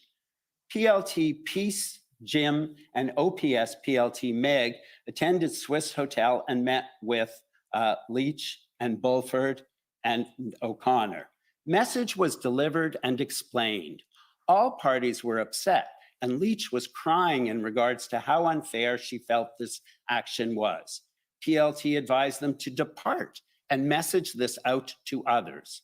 All parties were upset when it was explained that people who are helping logistics can also be charged and held accountable. All understood messaging. They do feel that this message will harden participants' resolve as they feel that it is a tactic of dictatorial government. Suggestion was made to have children leave the red zone. Seems pretty clear to me that you were given the message, right? I was never told I needed to leave. So the PLTs, that's fabricated. I right? remember when they came in and we had the discussion, and I, as it says, became very upset. I believe I said something to the effect of, I cannot believe that you're about to do this to your own people. We were there protesting peacefully, and the rest of that interaction, I was upset and I was crying, and Right. Oh my God. You were upset and you were crying because it was over and they told you to leave. I was upset and I was crying because of what they were proposing to do to Canadian citizens. And they told you to depart and they told you to message that to others. I don't Right. recall them telling me to message that to others or that I needed to leave. I'm sorry, you don't It was remember? suggested. It seems to me your memory is selective. When I take you to something that implicates you, you have no Sir, memory of it. That's inflammatory, and if my friend wants to take the stand and become a witness and give opinions about credibility, that's fine, but that's not a proper question, sir. I'll move on. You would agree, you've talked about the fact that you didn't know the truckers or control them, and you didn't police them. I did not know. You weren't surveilling them. No, You didn't know their past. You didn't have intelligence information about all of them. I am not an intelligence expert now. Right. And you would agree with me that there may be other individuals or organizations that would have more intelligence information about some of the protesters than you did. Such as, Would you agree with that? could you ask me your question again, sir? Yeah. I said you would agree with me that there may be other individuals or organizations that would have more intelligence information about some of the protesters than you did. Yes. And you would agree with me as well that you have no background or formal training in crowd dynamics and what can incite a crowd to take action, I don't know. or how to prevent a crowd from escalating or preventing violence. No, I don't. And so just two more areas, if I may just have 2 more minutes, Commissioner. HRF 401510. If I may have that document, Mr. Clerk, please.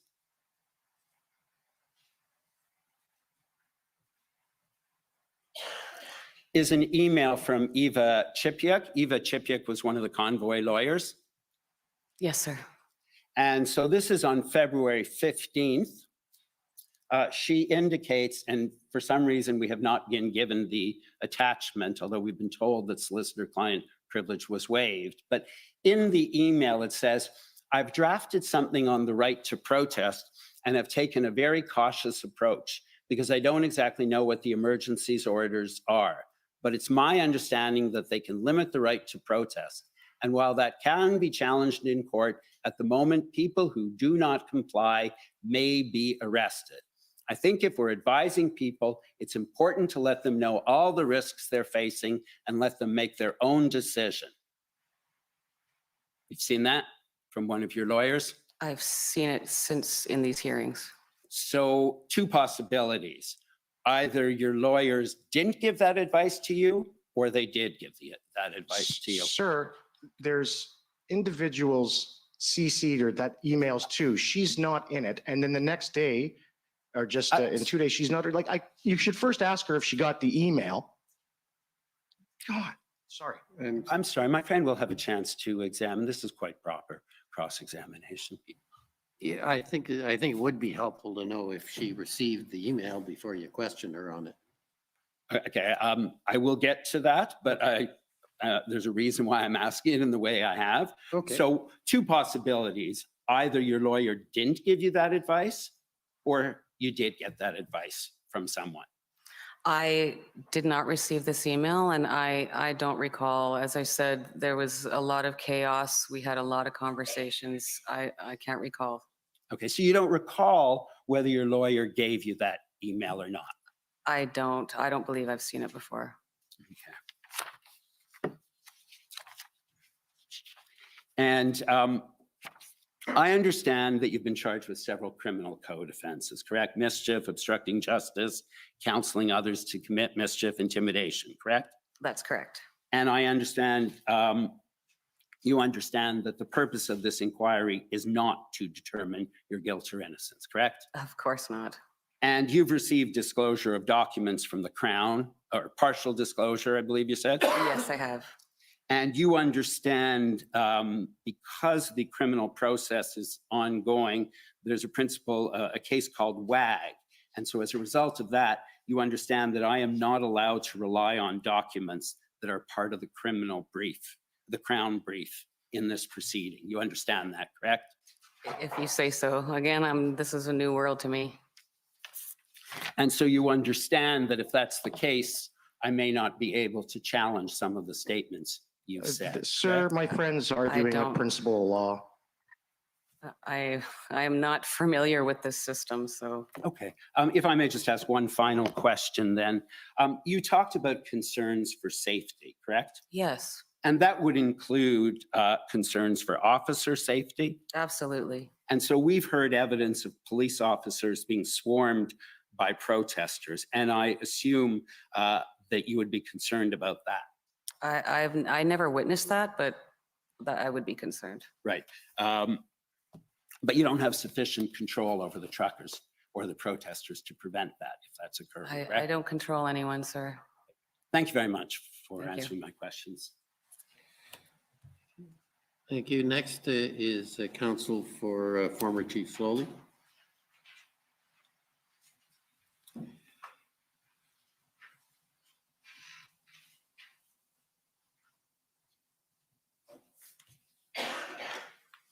Thank you, Commissioner. Ms. Leach, Tom Curry for former Chief Slowly. Good morning, I Mr. just have a Curry. few questions. Yes, sir. Can I just show you the one thing that my friend for the Ottawa Police Service was speaking to you about, just so that you have the full picture? Yes, sir. Could I ask, please, Mr. Registrar of the witness to be shown HRF 401520? I think this is the attachment that was referred to.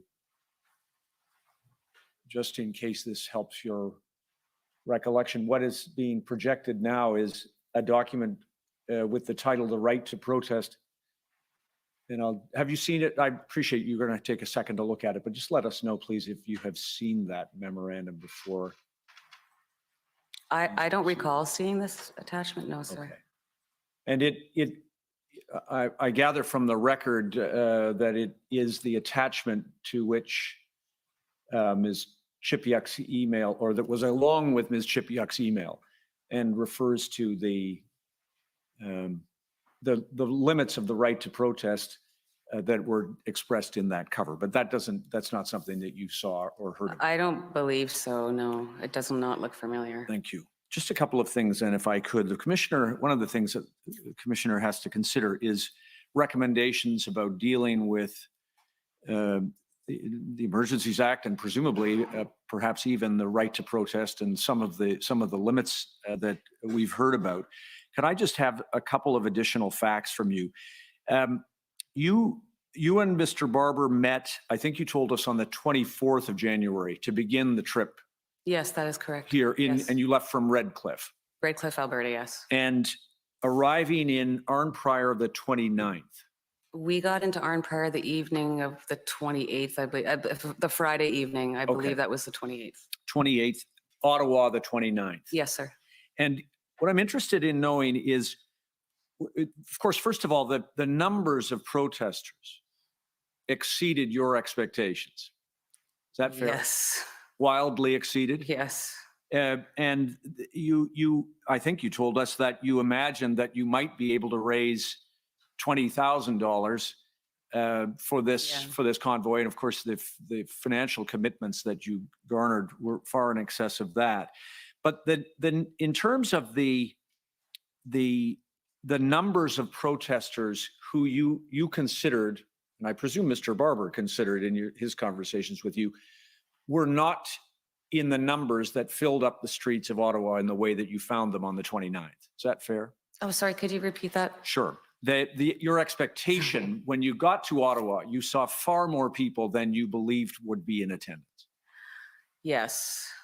And am I right that you were not the person primarily or even at all communicating with police about how many people were going to attend?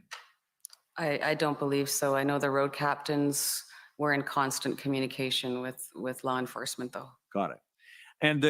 And insofar as you know, the road captains would have had some information about the numbers of members of their individual convoys that they had, but they would not have had a picture of the entirety of it because people were coming from far and wide. Is that fair? We tried every day to get solid numbers, and with people joining and leaving, some people would travel with us for 200 kilometers. Some people would travel across the province and turn around. It was very challenging, and as much as we tried to get a count, it was next to impossible. So much so that when you got here, as much as you tried to understand how many would be there, you missed the mark. Yes. Now, then just a couple of other things. In terms of the company, the not-for-profit, it was incorporated January 30th, I understand? I think it was the 30th or the 31st, but it was right around there. Yes, sir. And then I think in the record, the bylaws that organize it were prepared by February 3rd. So that was the company and the governance model that you had imposed was evolving only once you got here. Yes. Yes. Then finally, in terms of the description, I mean, you and Mr. Wilson have both called the scene chaotic. Can you tell the commissioner when did you first appreciate the sense of chaos that you have described? Was it when you arrived on the 29th? It was sitting on my kitchen table when we were organizing, and because I had messages coming in and emails coming in and phone calls, and it was very busy times. Right. Very busy times. And so by the time you got here and saw the situation in Ottawa, was it chaotic at that time as well? There were times when it was chaotic. As you referred to, there was a lot of people here. When we got into town, I just saw a lot of smiles and a lot of flags and people hugging each other. But there was, yeah. So I don't necessarily mean chaotic all the time as a negative term, but it was, a mixture of both. Understood. Just one last thing. I think one of the questions that you were asked about what would have happened as you approached Ottawa if the city had been, I think the language was blocked or barricaded. Having regard to the numbers of people coming far and wide and your inability to control them, is the likelihood that those convoy protesters would have just made their protest where the blockades were? Again, that's kind of a what if question that I can't really speak to. I don't know. Right. Fair enough. Thank you, Commissioner. Thank you, sir.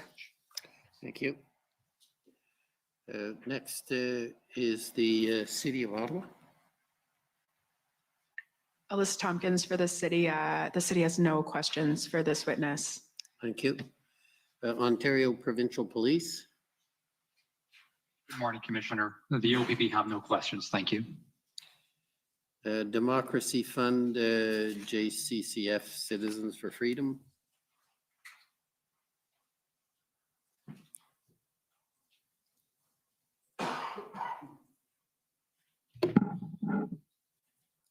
Morning, Mr. Commissioner, Ms. Lich. Good My name morning. is Antoine Dailly, Council to Citizens for Freedom, representing peaceful protesters in Windsor.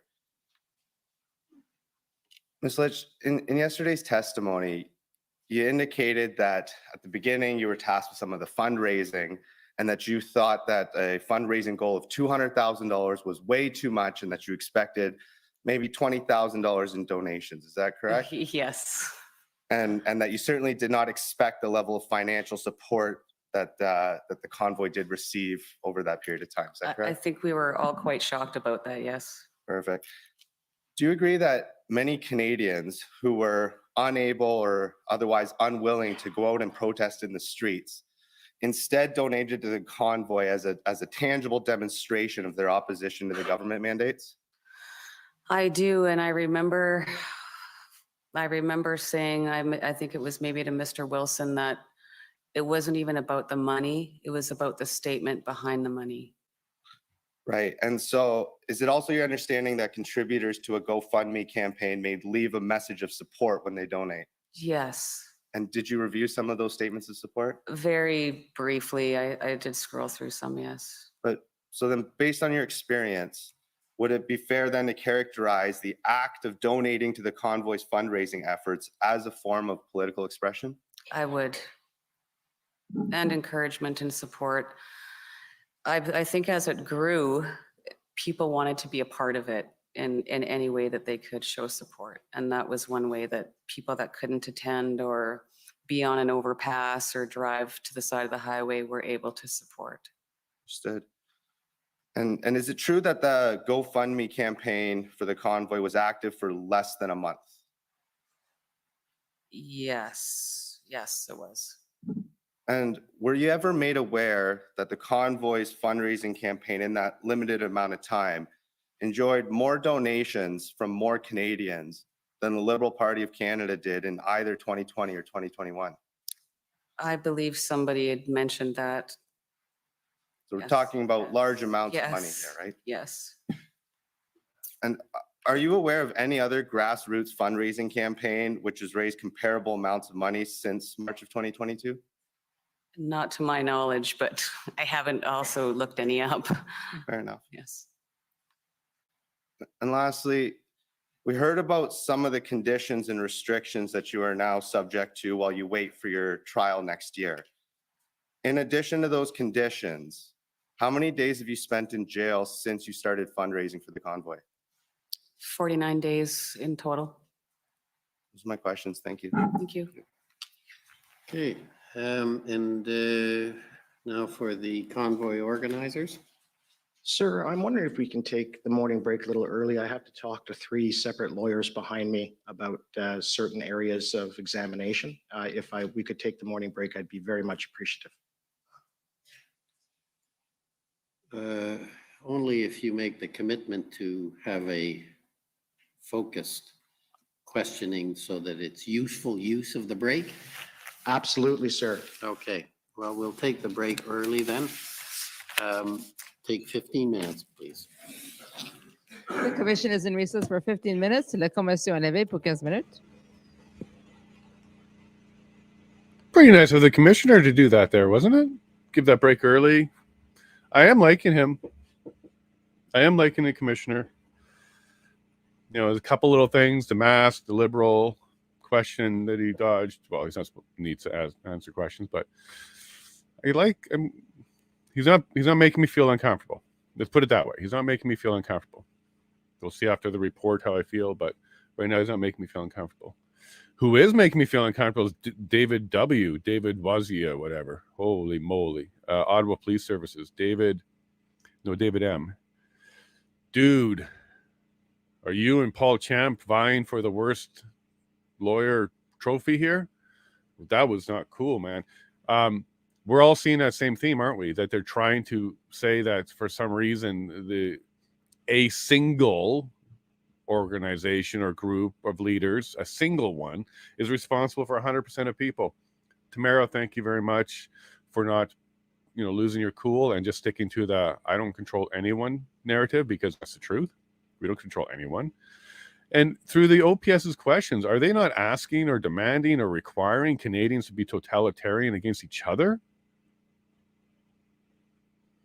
It's what it sounds like to me. Am I hearing it wrong? They're coming out and saying, hey, could you force? Actually, that was government of Canada that used the word force. She said, Would you have been able to force, or could you have forced? And then she said, what? And you had to reword the question. And then she reworded it to try to pull it out of my memory again. Persuade or be able to persuade or something along those lines. She took the word force out the second time. But look at that mindset. What do you mean, government of Canada? You're asking Tamara questions on whether or not she could have forced thousands of independent people to do anything? You can't.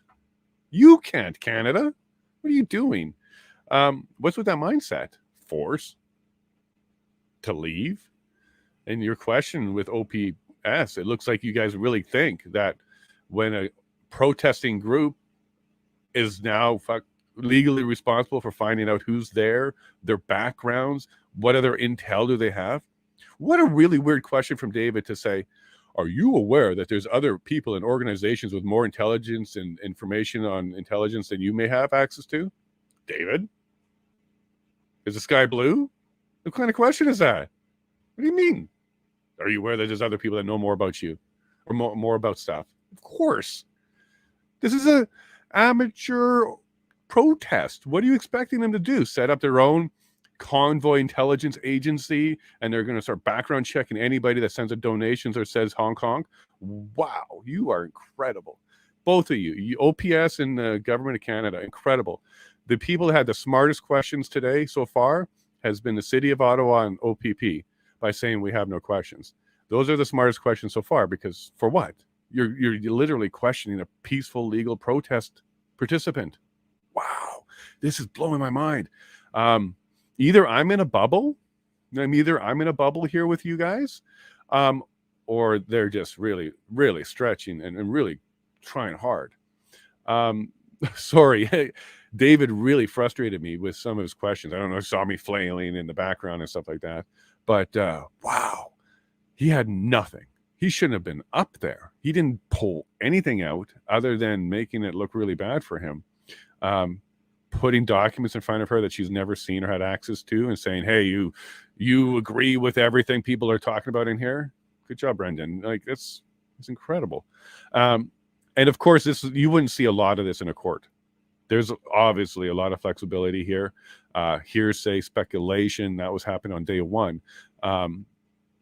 Evidence being presented to witnesses who've never had it. Evidence is not even being authenticated. So typically you're supposed to authenticate the evidence before you can use it, meaning how do you know that it wasn't just made today? So the original author has to say, I wrote that, or somebody said I received that. But they're skipping that too. And then Brendan, you heard him a little frustrated. He had a little hot mic. I think he said, geez, or something like that, because David knows better. He knows better, but he's also very, very much reaching because he doesn't have anything there. Denise, what's this about a political prisoner?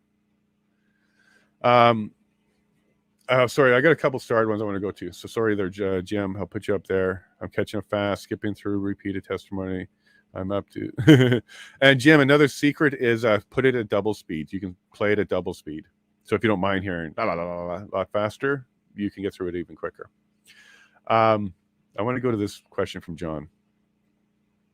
John, so I started to look into this. If the government can prove beyond reasonable doubt the convoy had no peaceful purpose, nor leadership, and Lich and company were acting independently to their own benefit, insurrection may be proven. John, I don't know how you got to insurrection. How did you get to insurrection? You had me at the beginning there. You would have to show that no peaceful purpose was insurrection. And you also need to have the act. I don't think there's a charge of attempted insurrection. There might be stuff about coordinating and doing stuff. Depends if you're doing threats, uttering threats, getting supplies you shouldn't have your hands on. Like you'd have to do quite a bit of actual action, mens rea, in order to, have a criminal charge. Now, attempted insurrection, is that a thing? Planned insurrection, is that a thing? Thinking about insurrection, is that a thing? I don't think so. So they would have needed to insurrect, which means go and with force enter the place of government. So even thinking about it, planning it, going there, talking about it, even all of that wouldn't have been enough. You would have to do it. Mens rea and actus reus. You need both. You can't just have one for a criminal. Actus reus, criminal intent, you intend to, and mens rea, you've done it. So you need both. So unless they actually entered, I don't think so, John. But you think the government's trying to paint that? Are they trying to convince people? I don't think there's anybody for them to convince. They're not going to convince us because we know what happened. And the other people are already convinced because Prime Minister just told them to. So I don't know. Terry, you got some good ones here too again. Yeah. So I don't think we've seen his best. We saw a lot of good Brendan at the beginning, the first few days, very together. But look, this is also day 17. He's away from home. He's probably not jumping back to Alberta. He's starting to wear everybody out. And you're starting to see that. Paul Champ's losing it. David's losing it. Brendan's got, he's getting frustrated.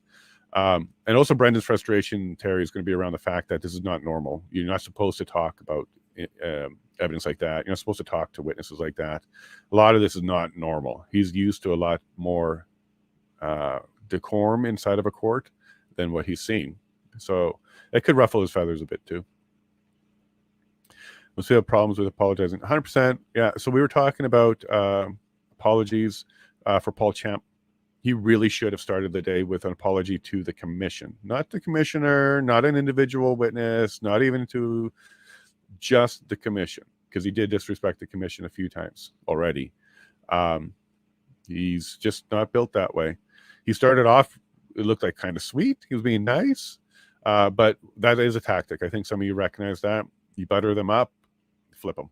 It's super common tactic. You always come in nice if you want to make them drop their guard, and then you come in. Tactic, and this is Paul Champ. He didn't grow or change overnight. And then later in his questions, we kind of got there too. Terry, yeah, you're just on fire.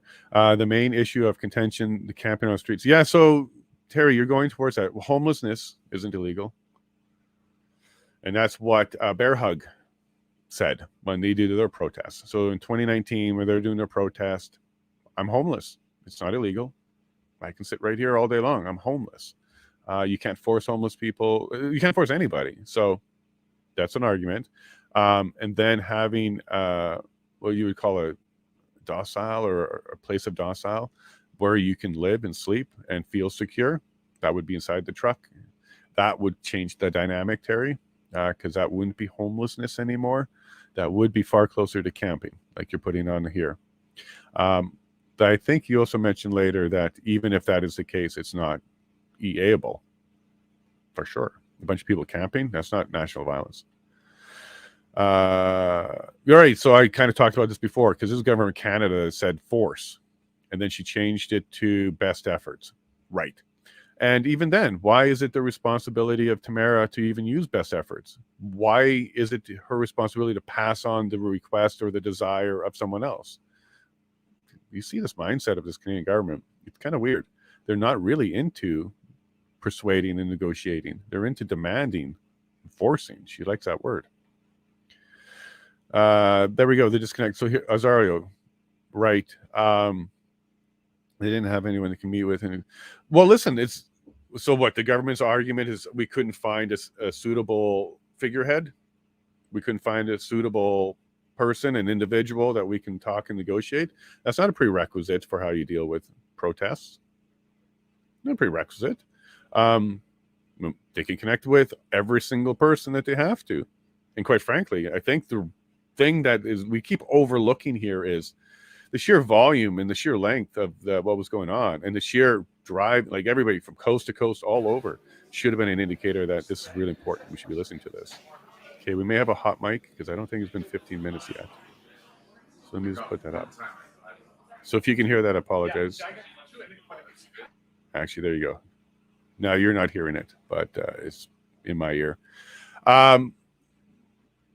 Yeah, I don't like that whole thing about trying to get a single leader, trying to even show that they were disorganized and falling apart. So what? This is a protest. This is grassroots. This isn't an organization. You wish it was. You wish you could point to an organization and say, yeah, you were going to do it, but it's not. And I'm getting kind of annoyed with this consistent attempt to try and say to the convoy, you were responsible for other people, and because you couldn't force or make them leave, we then relied upon the ultimate law. Do your job, government, and then maybe you'd have better results. I still don't feel like this is incompetence. I still feel like this is a narrative, a script, something that started before the first truck started an engine, and they're still playing out this script. I don't think it went as well as they were hoping or needed, but still, like, it seems so weird that they're trying so hard to continue with this. It's the hotlines during the COVID report. Yeah, so the whole reporting your neighbors. So what they were talking about there, wow, they're really distracting. So I'm going to take it in my ear. They're really loud. What I found was, yeah, they were kind of asking Tamara to go and report and go and force others. Canadians turning on Canadians, Canadians being totalitarian to Canadians, our government trying to teach a certain group on how to be rude, obnoxious, demanding, Karen-y, you know, wear your mask, you can't come in here. They've created a whole group that does that. Civil police, like, what are they trying to create out of that? And then we've seen them kind of expecting Tamara and group to do that. You should be forcing, you should be checking, you should be doing this. Really? No, they're going to be standing yelling at you. That's what they're there for. They're protesters. Just because someone is independent doesn't mean they aren't open to negotiate. For sure, I'm independent. True independent people are excellent neighbors. They're excellent community participants, and you'll see them around all the time, because an independent person doesn't necessarily need to be told to go help, right? They don't need to be asked to go do something. Because they're independent, they'll just step up, and when there's a need, they'll help fill it. So a true independent person is a very good community member, and they're also very good in relationships because they have the same respect for the other person to be independent. If you're true independent, not just someone who says they are. If you're truly independent, you have no desire to control anybody. You like to persuade and you like to debate because that's how you also want to be treated. You know, the golden rule. So a true independent is awesome for negotiation. It's awesome for, unity, really. In my opinion, what they're trying to maybe imply sometimes is independents are little islands, and they're little autonomous islands like lone wolves, and they don't work with others. No, that's an introvert. That's an isolated person. That's not necessarily an independent. It may be an independent life because they're by themselves, but that's not the independent that we're talking about here. They didn't give notice. So yeah, I wanted to say this whole notice thing doesn't matter, guys. I spoke about this yesterday or the day before. If you go into a parking lot and you see that sign that says the contents of your vehicle is not our responsibility from theft or damage or vandalism, stuff like that, those signs, they're not binding. They're not binding. They are liable. They just put that up to kind of shift liability, but it's not legal. It doesn't actually make that happen. Same thing here. Notice. What's the notice supposed to do? There was plenty of notices from the convoy that says stay peaceful. Why are they not bringing those forward as binding deals? And then that's the position of everybody. They want their notices to be more official. Notices are nothing more than a waste of paper that has printing on it. Education at best, but the notice is not binding. There's no law that requires a notice to be binding. And also a notice that tells you to stop doing illegal activity has no weight. So it has no weight. So let's say somebody put up a sign in front of their house that says, I don't want you to use this side of this part of the sidewalk because I have to clear it and I don't want to. You can't stop people from walking on sidewalks, even if you put up a nice notice. I also, when people think that way, that they can do that, totalitarian again, dictatorship, they're trying to just tell you what to do.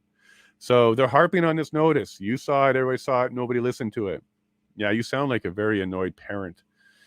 You're not talking laws, and you're just being frustrated because there was no laws, because there's nothing illegal. So now you're going to just create a notice and try and point to that as some sort of official thing that people to listen to. I'm so tired of hearing that one too. And then here you go, Terry. Good news, bad news. The camping may be the problem area due to posted limitations. Again, Terry, understand traffic and municipal, not criminal. So even if there's a municipal bylaw that says no parking here from 10 to 12, that's municipal. And then the traffic laws, all of them, provincial, Traffic Highway Act, not criminal. The only thing that's criminal is if there's a few things that will lead to criminal code, drinking and driving or intoxication, stunt driving. But those are connected to the criminal code. There's nothing criminal in the Traffic Act. So, yeah, how do you get to the EA from that? You don't even have crime. So how do you go from no crime to EA? You're 100% right, Terry. Can't happen. All right, let me jump to a couple more comments here. You guys are awesome. Let me see. John. Oh, nope. Looks like we're coming back. Okay, there's no audio yet. Let me put the audio on. Make sure you can hear it. We live in a time of a totalitarian regime, changing the definitions of what is right and wrong. The CBC referred to the convoy as an act of insurrection. Yeah, it's a I'm so disappointed in the CBC. We used to get good information out of them. I'm so disappointed. An act of insurrection? They just change words, for sure. And they're declaring it? How does the CBC have the ability to actually make that judgment and declare it? It's just silly, guys. We're definitely in a very weird time, but I do feel confident that we will be able to clean this up. We're all getting too frustrated, and we've had enough. We've all reached our limits, I think. So we're going to be starting to clean this up. At least I'm going to try, and we may have a chance. I think so. People couldn't find anyone reputable from government to talk to either. Yeah, boy, did they ever try, Eleanor? I think the best they got was Steve K. Okay, Steve K was pretty open and willing to chat with them. He didn't like the lawyers being around. But Steve K, the city manager, PLTs, OPP, they were kind of open. But other than that, you're 100% right. They didn't get access to Slowly. They couldn't get an inspector level OPS on the 7th to move barriers. They had lots of trouble with that. And this is why I think one of the recommendations, Eleanor, should be that the government has to establish a way to contact and communicate. The commission is situations like reconvened. La this. commission reprend. All right, here we go. This should be a long gap now before lunch. Okay. The convoy organizers.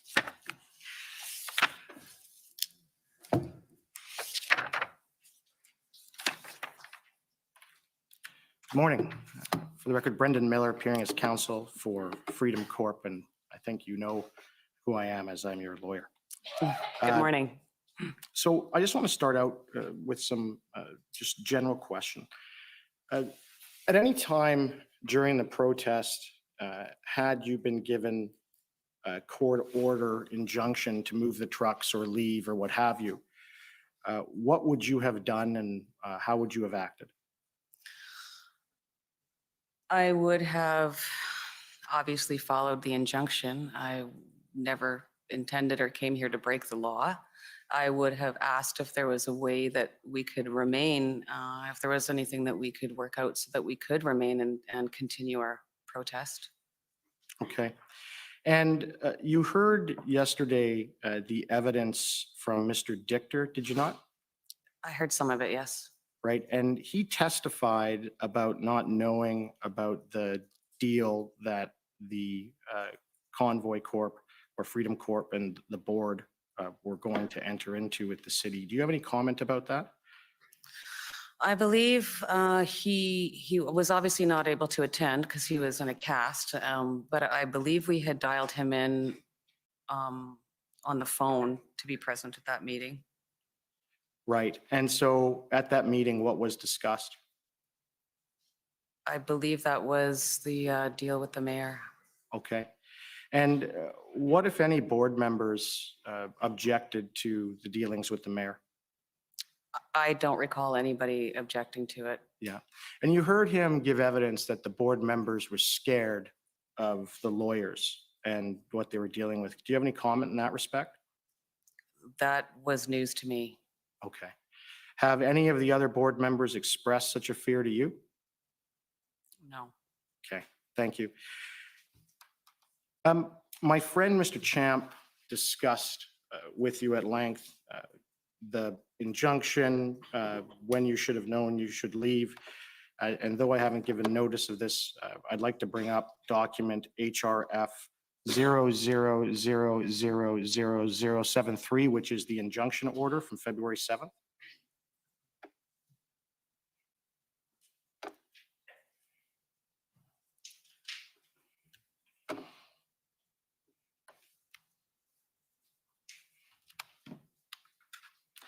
And if we could just scroll down to the terms.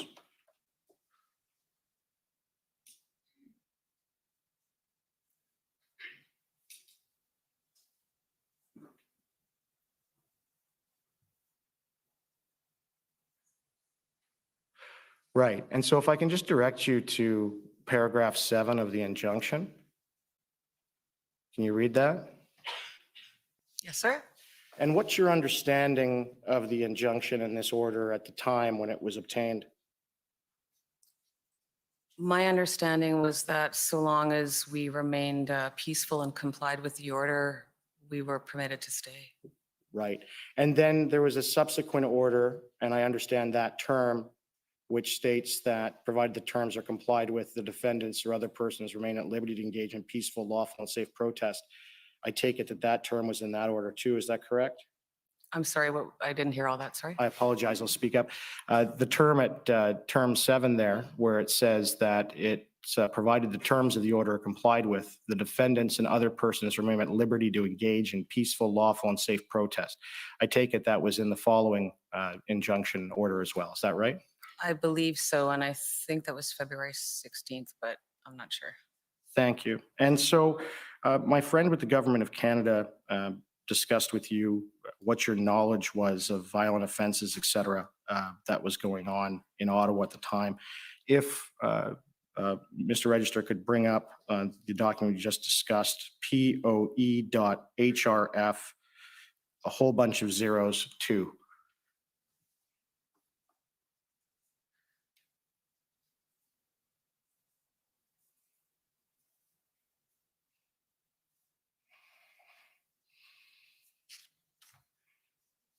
If we could just rotate that.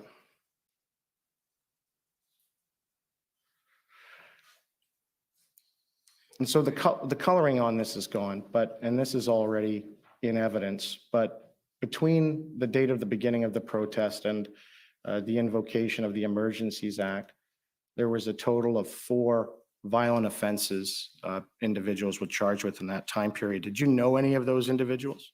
I did not. Okay. Did you hear about individuals being charged with violent offenses? Since the convoy. Okay. And my friend had asked you questions about some of the statements that have been given in this proceeding as well as in the media about all these awful things that happen to people. And you've been here for this entire time. Have you heard from any witness that they, in fact, were the victim of an assault or witnessed an assault or anything violent?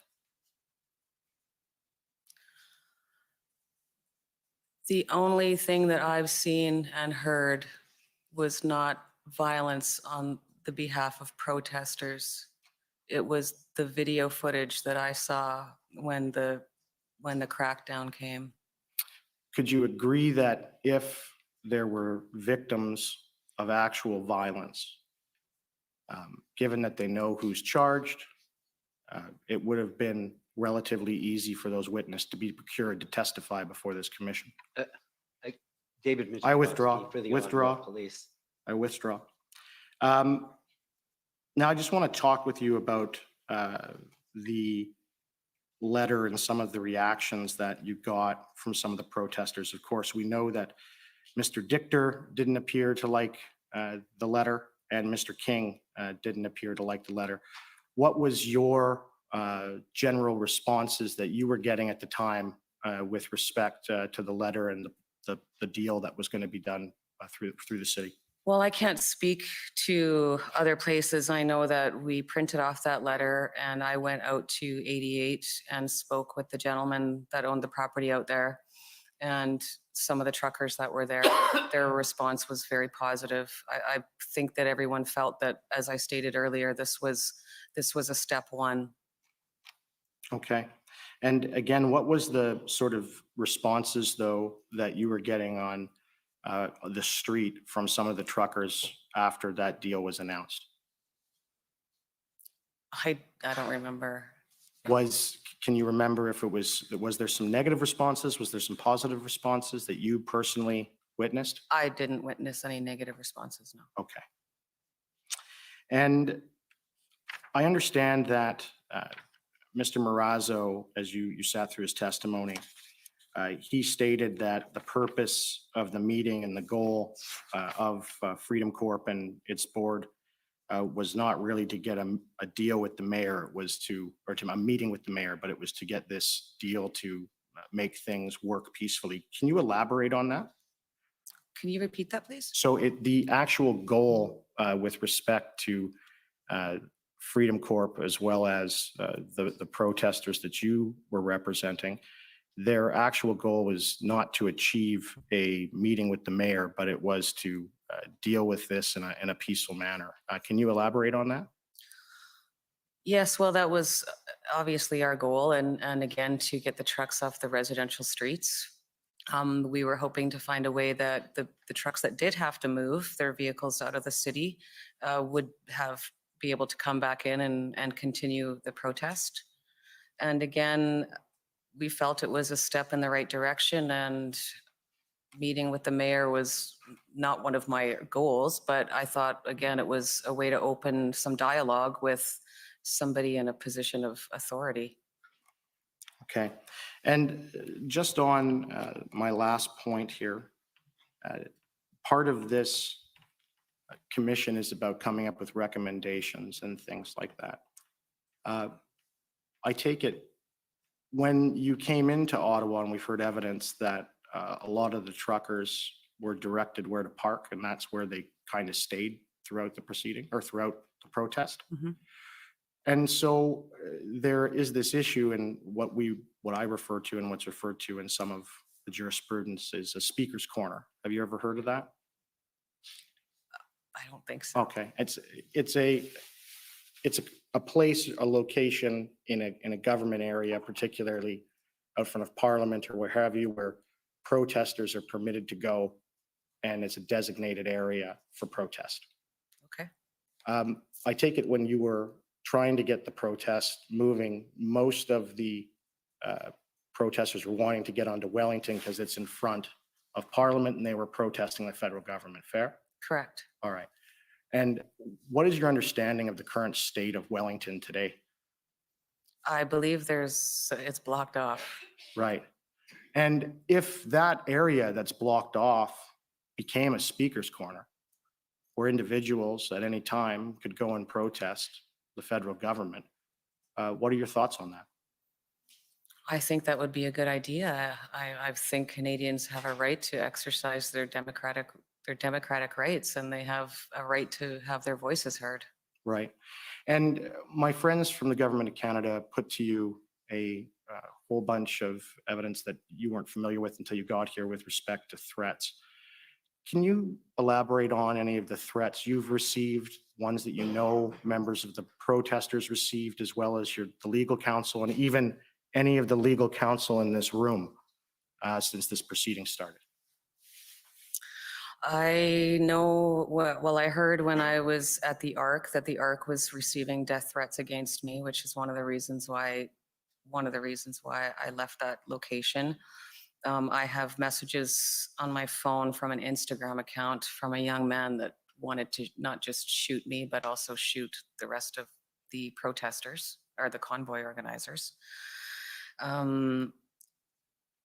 I know that my criminal lawyer has received some very nasty emails. I believe Mr. Wilson has received death threats and threatening emails. Right. And so it's fair to say then that there has been a lot of threats on both sides. That's fair. Okay. But do you know anybody who's made death threats to any of these individuals? Of course not. And when you walk in here every day for the past few days, there's a protester outside, and I'm sure you've heard everything she's been saying, and she's a counter protester and is against your cause. What are the sort of things that protester has said to you while you've been coming in and out of this hearing? Well, it's been very hard to hear because there's a lot of construction. I just hear her shouting my name a lot. I heard her say something, I think just now, about she can't wait till I go back to jail. But other than that, I haven't really. Did she mention anything about terrorism? I believe that's right on her sign. And what's it say? It says go home terrorists. Okay, thank you. Okay, any reexamination? No, Mr. Commissioner. Okay, I just have one question. You were taken to a chart and told there were charges for violent offenses. Yes. Do you know who was charged? Do you know the With four people? violent offenses? Yeah, I the four no, people. I have no, I know I don't. Not that I can recall anyways. So you don't know if it's someone you know or someone you don't know? I do not, sir. Okay. Well, thank you for your testimony, Thank you, sir. and you're now free to go. Thank you. Thank you very much. And if you liked this video, remember to like and subscribe and press that notification button to receive more information like this. You can also follow me at yellowhead.vote to stay informed and get the inside scoop. Thank you.